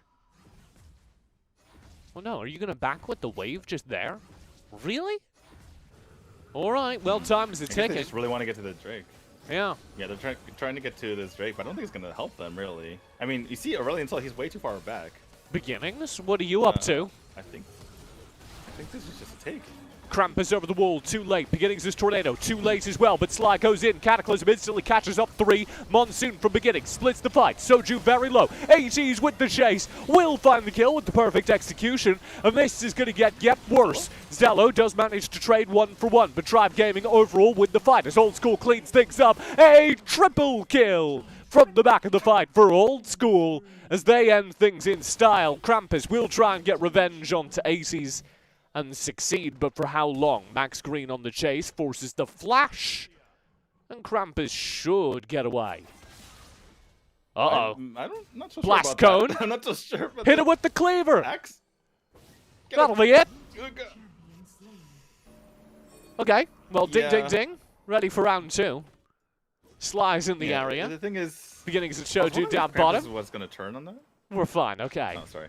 We have more action. Sorry. I was wondering if Krampus was going to turn on that, but obviously Mundo has pretty crazy healing, especially with the blue buff on the side as well. That was a weird fight. I'm not really sure why TGC took it, but it almost went their way, especially with Zella coming from the backside. The problem is everyone came in single file, unfortunately. And even though Tribe was surrounded, they took every fight on their own terms, right? And you know that's the case because Old School was able to walk around and just kill people left and right. It's not a good. You know, you didn't have a good team fight when the fight ends with the announcer saying that there's a triple kill for the opponent's ADC. What? It means your target call or your focus was not great. You are correct. That you don't like it when the other team gets a triple kill onto you.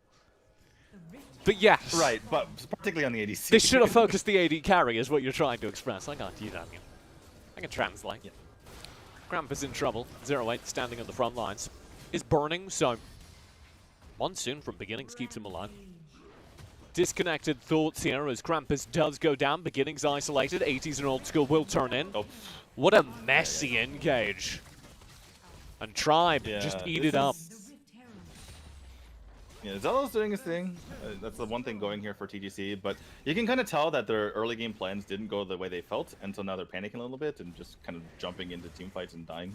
They probably feel like they have to get some miraculous team fight to win the game, and it's causing them to fall behind further. I'm not sure I either agree or disagree with that, but you know, the result is clear regardless. Yeah, that was just very messy fighting. Beginnings shields the turret, steps in range to do that. And as a result, here comes Max Green. Beginnings with the flash will survive. His AD carry, not so much. Yeah. Treasure Rain does pick up the most bland sword in existence, aka Executioner's Calling, which does provide some anti-heal against Mundo. Not really helping them all that much though. By the way, Mundo, 0-0-8. That's a funny stat line there for fan. For a 0-8 fan, I should say. Better than James Bond. Or he's just the successor to James Bond. Nah. 80s will get trapped in this Hextech ultimatum, and with a well-timed perfect execution, survive the experience. Here comes Sly. Dropped his stun though, so he can't full engage. Yeah, you say trapped, he says, I'm fine. What are they, I mean, what are both teams doing here? What is this fight? There's just like nothing to contest here. I mean, there's always something to contest for Tribe. We will have the Drake in 15 seconds. But Tribe are trying to steal away some jungle here. Oh no. Beginnings is just dead. Monsoon, what a well played Monsoon. Beginnings may survive the experience and does. The red buff stolen by Krampus. Guess it's more of a secure. Quotations. Yeah. I stole my own red buff. It's not. You don't feel too great about that one. It's better than not than getting it taken away, I suppose. Why on earth is Shoju here? He's just seeing what he can get done. I mean, he had the dash away, so he's fine. No, he's not. Or maybe not as fine anymore. Max Green in with the headbutt. So Shoju That's able an to stay angry bull. slightly ahead of it. Alistair always seems so angry when he charges him like that. He's just enthusiastic, Daniel. He likes his job. His job of killing people? Yeah! Pulverized! 2 knockups. Slides around the backside. Max Green caught in the Hex Deck ultimatum. That's not what you want. 80s cleans up the team fight. Slide down as well as Beginnings. And with Zello hitting the carpet in the midst of that fight, it is 3 kills in total to Tribe Gaming. See, this is why I have an issue with Jarvan. It's because in theory he works, but in practice it just kind of falls flat. Well, this Especially is... because a lot of his theory is he's being offensive, right? But it's hard for him to be defensive in this situation because if he's getting jumped upon, he has no real recourse. I'm going to go to bat for Jarvan as a character. This composition doesn't take advantage. If you're landing these Cataclysms with a Ziggs, Bomb, Orianna ult, right, boom, easy. Guaranteed free kill. But they don't have that. I'm just looking at the situation in overall. I guess you're right that it's not necessarily Jarvan's fault. The comp in general is like has no way to defend. There's no way to push them back, and Tribe is just jumping on top of them. Like I said during the draft, I feel like there are a lot of individually good pieces here on the Team God Corki side, but none of them particularly synergize. Yeah, a little bit of anti-synergy at that, actually. Because maybe too many ways lock people down and not enough ways actually kill them. Baron secure. Sly pulled in. Nice stun you got there. Monsoon may be able to get him out. Krampus dives into the backlines. Will Cataclysm and 1v1 starting. In the meantime, Sly will go down. Old school, just cleaning things up. A double kill, and Krampus has been stymied by starting, owning a clock. Drops into stopwatch, and Krampus finds nothing. Zello's the only player on the map here for Team God Corki. I feel like an ult on starting earlier in the game would have been more effective, but not at this point of the game. It's just not going to happen at this stage, and I think we're starting the death march here, TJ. Even with the low death timers. Now, this does seem to be game. Beginnings roaming in. Soju to the front lines. Eats full damage. He took his package to the front of the line there and then just ate an entire first ability there. From Old School drops the Acathian Rain and he's just like 1 HP. Old School really scouring across this series. 0-8. For sure. Up against the turret, just 1v1 in Beginnings. Zello dives backlines, will drop the Hex Deck ultimatum onto Max Green. Again, the focus on the Alistair is not what you want, but 0-8 goes down underneath the turret, so it pays off a 1-for-1 trade. Krampus for 0-8, and they may hold at least 1 inhibitor. Nope, it's going to be 2 cleaned up. Despite the players still on the board, nobody has the HP to fight for Team God Corki, so with 2 inhibitor turrets down, Tribe reset. No reason to take any more risks. They'll clean out the jungle on their way out, ensuring there's absolutely nothing for Team God Corki to play with. And play for this Drake. Yeah, this game is turning into a sadder version of Game 1 here for TGC. Because Zello, his split push did something. He got a turret, but then, looking back on the other side, they've lost 2 inhibitors. And it's not looking too great for them overall. Their plans worked a little bit less well. Their draft was, not as good as game number 1. It's kind of like, game number 1, but sadder here for TGC. Max Green tagged down. The Redemption will shine in on the pit. They have warding as well. So Team God Corki know what's going on. What do they do about it, though? Voice of Light from Slide doesn't find much damage. Max Green is immortal in the front lines. The dive into the back lines from Krampus doesn't find the steal. And Tribe clean up the fight yet again. Old School with a double kill in the front lines. Make it 3. He is just tearing through people. Beginnings, flash to secure it. Will self-shield. Void Seekers wide. Beginnings denies him the Quadra. Small solace, though, for Team God Corky, as the game ought to end I'm here. surprised they got starting. Though. Considering how far behind they were in gold. Getting 1 kill is actually pretty nice. So 2-0 is your series scoreline. This is a best of 5. There still will be an opportunity to keep this one continuing, but they've got to earn it here. Yeah, it just seemed like it's starting to be more and more apparent that game 1 might have been their best chance to kind of catch Tribe off guard. Oh geez, old school. 12-0-5. Oh boy. You're not gonna start that 15k gold. I mean, you could. I think. Hold on. Am I? No. I was gonna say if you combine any 2 members of TGC, she has more than them put together. But I mean, there's multiple combinations of teammates on the side of TGC that you could put together in gold, and old school would have more gold than that. That is not a good side. Check out those damage numbers. Old school has double any 2 members of, or double any member or of any TGC. combination thereof. Really scary stuff. Yeah, they just couldn't get onto her. Really, the only person they could get onto was starting, and starting has pretty decent damage himself with 16k. You want to go sledding? And they can only jump on 1 person. Yeah, let's go all the way down the hill. Oh no, what is this red stuff? Is it lava? I feel like it would be like a really comfy sled ride. You got some jumps. I see him. Seems very hot though. I don't know. Too red for me. No, it's just dye. Don't worry, it's snow. Yeah, you sure? I'm scared. That's our analysis out of game 2, as it does feel like Team God Corky have kind of been shut out, for lack of a better word, from the first 2 games of this grand finals. Literally is shut out 2-0, so there is that. Yeah, but it feels like antagonistic, to be honest.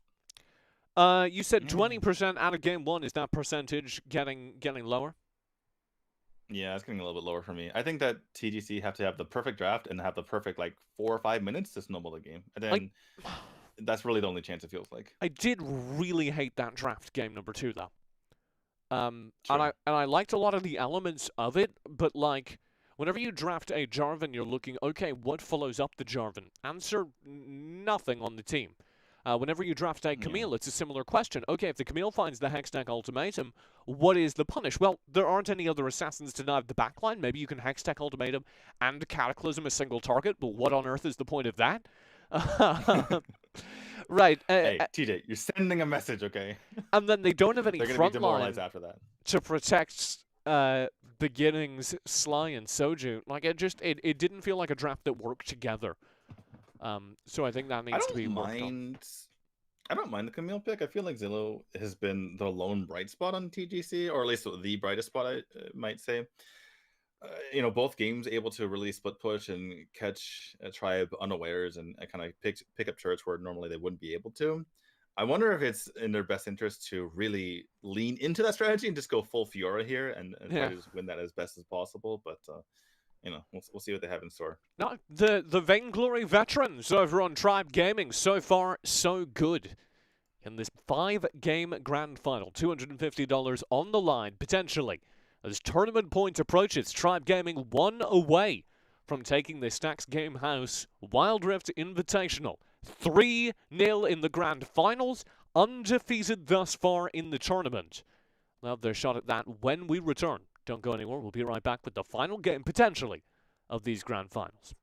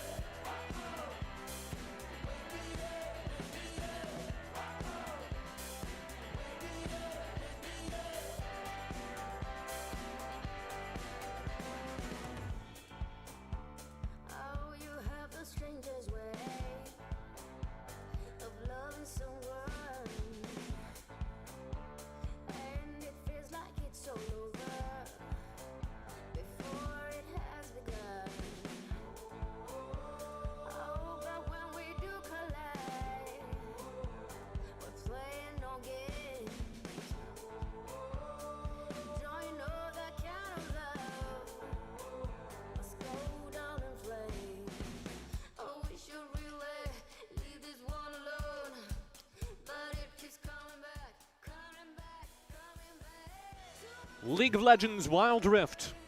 In North America, at least. It all comes down to this, Daniel.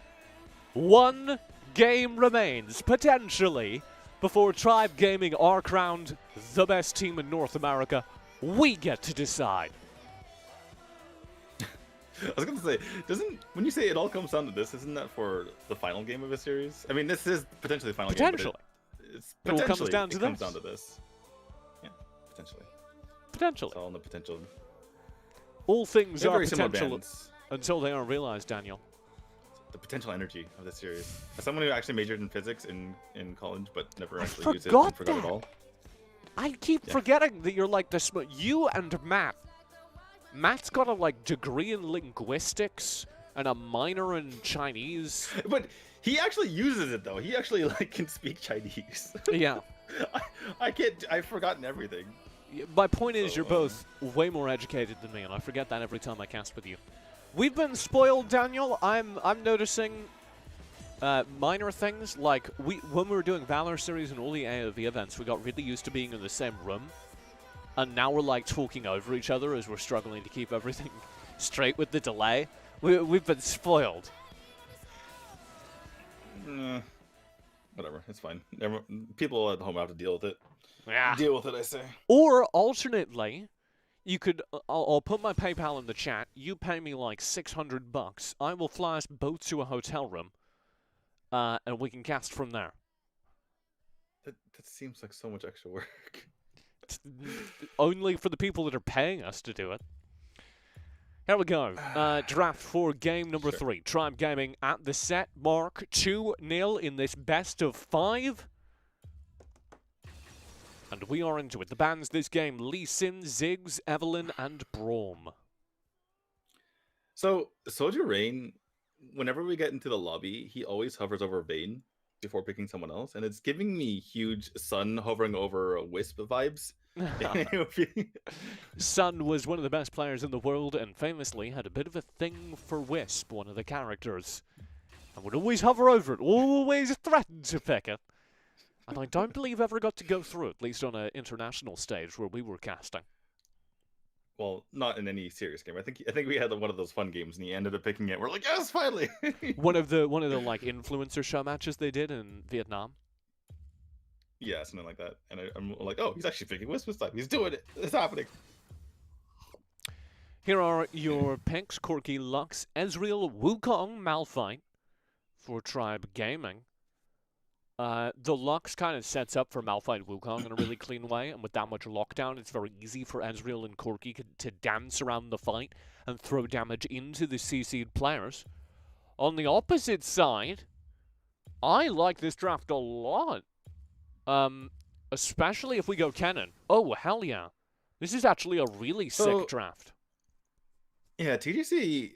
I was wondering which direction they're going to go, right? Because Camille kind of split the difference between being a good split pusher and being a good team fighter. And they could have gone Kennen for a better team fight. They could have gone for, Fiora for just leaning into the split pushing. And it looks like they're going for more team fight here, which, I agree for them going in one direction or the other. I agree for them deciding to be an all-in team fight team, especially into what they're facing. If they can have the Alistar intercept the unstoppable force from the Malphite, and ATEEZ does play a very good Malphite. The problem with Malphite is that your entire kit is your ultimate, and if you land the ultimate good, you win the team fight.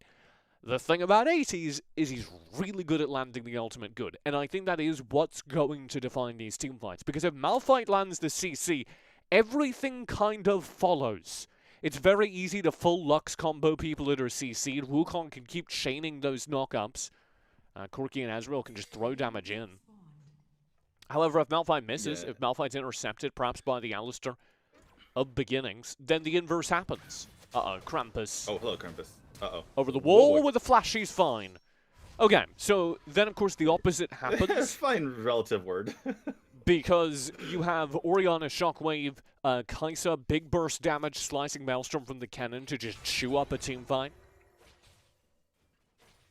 Yeah, this is one of the... I think this is the only game where we've had big wombo combo energy on both sides. Yeah, good drafts on here. both sides. The funny thing, you mentioned about Malphite potentially missing the ult, but this is one of the easiest ults to land in the game. It's nearly instant, Yeah. and it has a big range, and it's very far. When I say miss, yeah. I don't mean not hit anyone. I mean not find Not hit maximum yeah. potential value, because you get one cast to team fight, and it has to win that team fight. Right. Very true, very true. But they do have multiple knockups, like you mentioned. I feel like even if he misses, as long as he's just being annoying and in your face, you know, we could have 0-8 fan coming in and hitting his ults potentially. But you are right that both sides have crazy, crazy wombo combo potential. Starting gets real aggressive here in the mid lane. I'm excited to see Sly offer the A-Sol, who I don't value too highly. Beginnings will start a fight down here, and Shoju benefits from it. I love the understanding of of like the cooldowns, right? So old school just gets hit in the face for a few hits. He's like, "You have nothing left, so I'm just gonna jump towards you." A lot of people will just like run away, like, "Oh no, I'm low." And it's like, "No, you have nothing. This is my time to get my damage in." Old school. And Co steal away the blue buff. That's gonna go on to 0-8 fan. Slime Beginnings are going to try and punish this. Can they read it? Yes, they can. Here comes the backup. Max Green down the bottom. Shoju round the side. Old school zones away. The backup. And now this gets dangerous. Sly over the wall. The chase. First blood. 0-8 fan finds it. And this is going to be Tribe Gaming off to an early lead. That's kind of funny because positionally, TGC had the advantage, but you know, obviously hindsight's 2020. But if you are Sly there, you can't really go for that kill when you have 0 mana to your side. He had 1 ball and 1 explosion. I forgot his second ability, and that was it. From there, it was just a turn onto him, and he had no way to get away from that situation. Yeah, disappointing. I think because Beginnings was really hoping to find an opportunity there, and versus a less coordinated team, Beginnings has it. But you're playing against a coordinated team, and Tribe aren't going to leave their jungler out to dry like that. They're going to have people within rotation distance. And I think you need to give them that credit. Yeah, and Sly's not going to be able to just auto summon it down. He needs his mana to make that work in the end. Also again, top lane. Shockwave, Sly starts things off. Barrier for self. Ooh, final spark across the map from Max Green. Will not find the kill. Starting inside the redemption. The root, the light binding from Max Green. It saves the day. Starting will not go down. Krampus is very, very low. Needs to get out of here. Sets things up for Beginnings, but Alistair doesn't have that kind of damage, so that will be all. Even trades in the mid lane, nobody dies. Yeah, typically when you blow your ult like that from Gragas, you're securing the kill even though technically you are blowing that ult. So he feels pretty bad about that in the end, especially because you still have this gold lead building here for Tribe. Both teams positioning here. Tribe Gaming for once a little behind in terms of ward management. You can see they have no vision here of the river, but they will come in and begin to correct that, clearing out a lot of the Team Gut Corki vision as well. In fact, Team Gut Corki just have this one sneaky ward down bottom here. This is the only vision they have of the river, so they don't know how many people are on this Drake, and they're going to be caught by surprise when this Drake gets smited and picked up. Yeah, it looks like Krampus and Beg were just starting to move towards the Drake towards the end when it was already done and dusted. Void Seeker finds one. Krampus will go at 4 players here. This is a 4v3. Now Sly comes in. We're in 4v4 territory underneath the turret. Killer Instinct did. 1 kill over. The Team Gut Corki Beginnings on the front lines. Needs to back out of it though.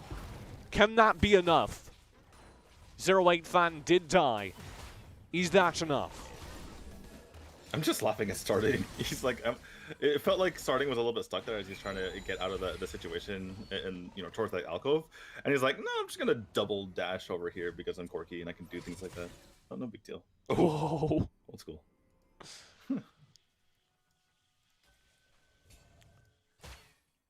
Oh, a vision marker here as they realize in order to execute that Old School must have walked up and thrown the ward over the wall. Relevant information.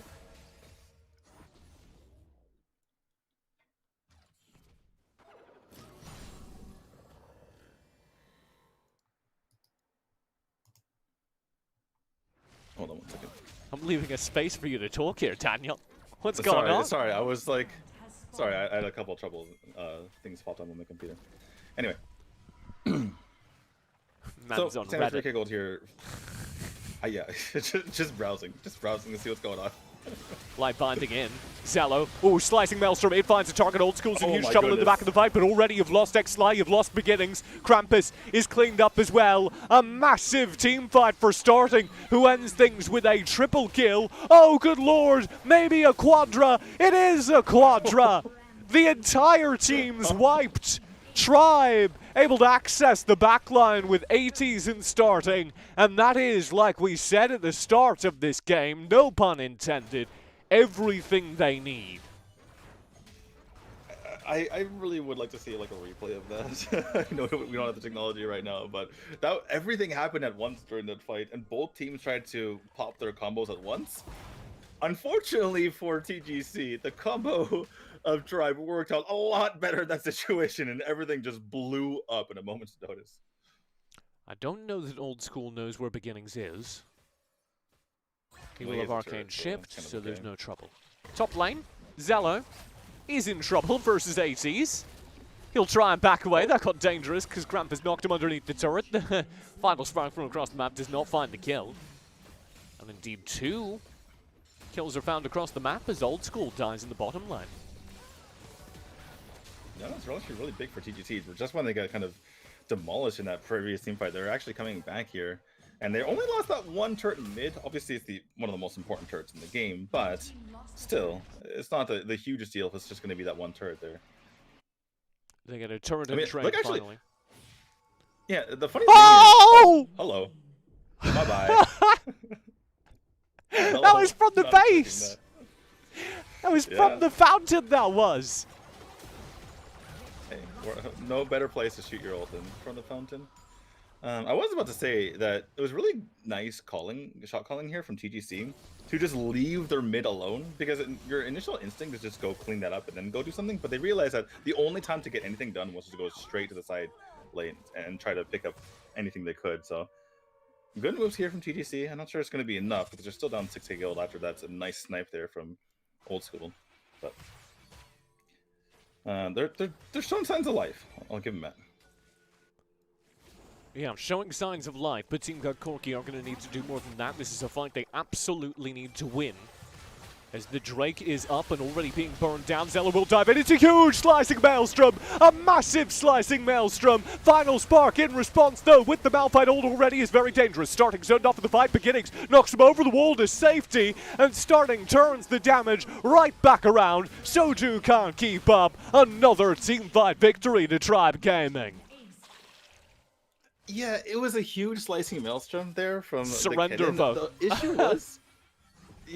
The problem with it is the reason why it was such a huge slicing Maelstrom was because he had to flash in to use it, and that meant that none of his teammates could keep up. It's like Tribe was like, okay, if you're gonna Maelstrom into us here, we're actually fine with it because we're gonna take quite a bit of damage, but we're gonna kill you in the end, and everyone else is gonna be out of position. So, you know, even though it hit 4, it's not really like it wasn't really realistic for the rest of his team to keep up in that situation.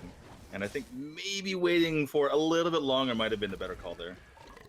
I mean, the problem is you don't win a drawn-out teamfight, do you?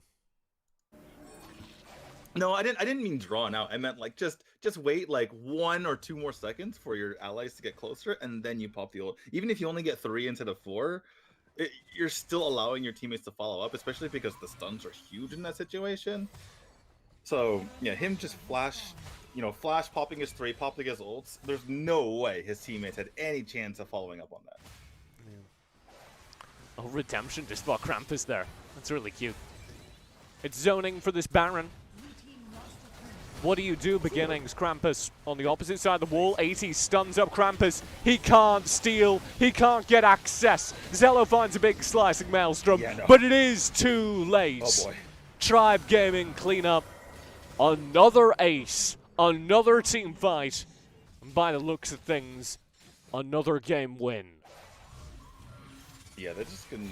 Well, the death numbers are extremely low, so they not totally sure that they can end right here unless they get another wipe, which I mean, for sure they can if they try. I think they can end. Look at They're how gonna quick go for this it. is falling. Oh. Game Oh my 3, the tournament. Over to Tribe Gaming. They are your Stax Wild Rift Invitational champions. Congratulations to Tribe, just dominant throughout the entire tournament. No losses, undefeated, and certainly deserving of this championship here. 606 for starting. Yeah, I'm going to pull up these stats and ask you to talk real quickly. It was, yeah, 12k damage is not a whole lot for the leading damage getter in the game because this was a pretty big stomp here. Unlike game number 2, where TGC had a kind of a poor draft and fell apart, TGC didn't actually play that badly in game number 3, but Tribe decided to step it up yet another level and was pretty dominant, using their wombo combo to full effect and also shutting down the wombo combo of their opponents. By the end of the game, it was just stomping all over them with all the crazy CC coming up from 80s, coming out from 0-8, and the follow-up damage was there.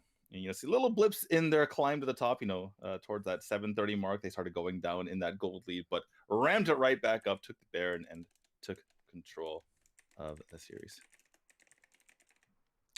I completed all the things I had to set up. So thank you very much for stalling. Is that what I am to you? Is that what I am?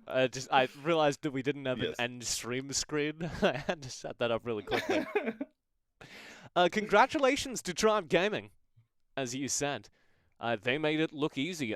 Game 1 was a little frisky. Game 3, I think there was a good draft and potential for Team God Corky. They certainly put a good word in, but Tribe Gaming look head and shoulders above everybody else that is playing in North America right now.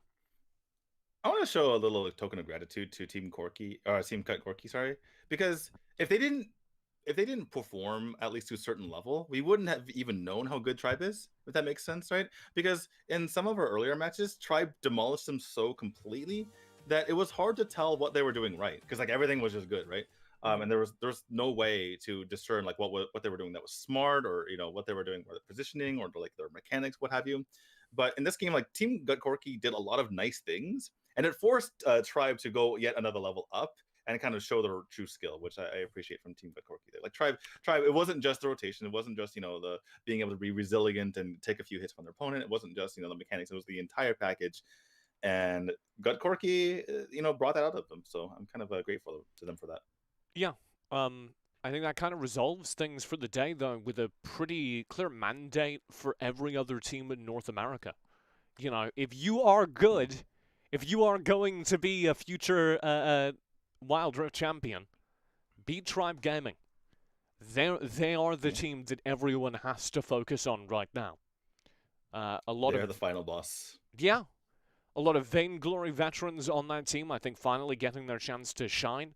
It's been a while since Vainglory. None of those players made it over in a big way to Arena of Valor, so we skipped them for a generation of mobile esports. And here they come back swinging with a very impressive Tribe Gaming roster. I think... TJ? Yeah? You know what we need to do? We need to find some non-royalty boss music every time Tribe comes up. It's like, play why do the I hear boss music? I like it. That will close us out, though, for the day. So thank you very much for watching. Be sure to follow Stax Gamehouse on their own social media. I'm at esportstj, both on Twitch and Twitter. And Daniel is at Daniel T. Akuta on Twitter. I would say d2aov.com. That's a good meme, but it doesn't exist anymore. I went there the other day and I was depressed. Any closing thoughts? Any pluggables to plug? No, not a whole lot of plugs. I had a lot of fun doing this. I will be casting with you soon on another tournament. Yeah, we got more tournaments ahead. You can find, if you follow us on Twitter, we will be tweeting all of that out. Thank you very much. So there's that. Sorry? No, go ahead. We're stepping each other's toes. Go ahead. I'm done. We're used to being in the same room. It's not like it used to be. We're going to be doing that thing in the future. So, like I said, I think we're still deciding on the dates for that, but it should be sometime in the next week, and you can find all of that information at our Twitters when it becomes public. Thank you very much to the team over here at Stacks Gamehouse. They did an incredible job running this tournament. It was very smooth. It was very fun to cast. They built all these wonderful graphics you're seeing around us right now, as well as put up the prize pool. Congratulations one last time to Tribe Gaming, who did come out on top. That about sums things up, so thank you to you for watching, and we will see you next time we are doing a Wild Rift tournament, I guess. Peace.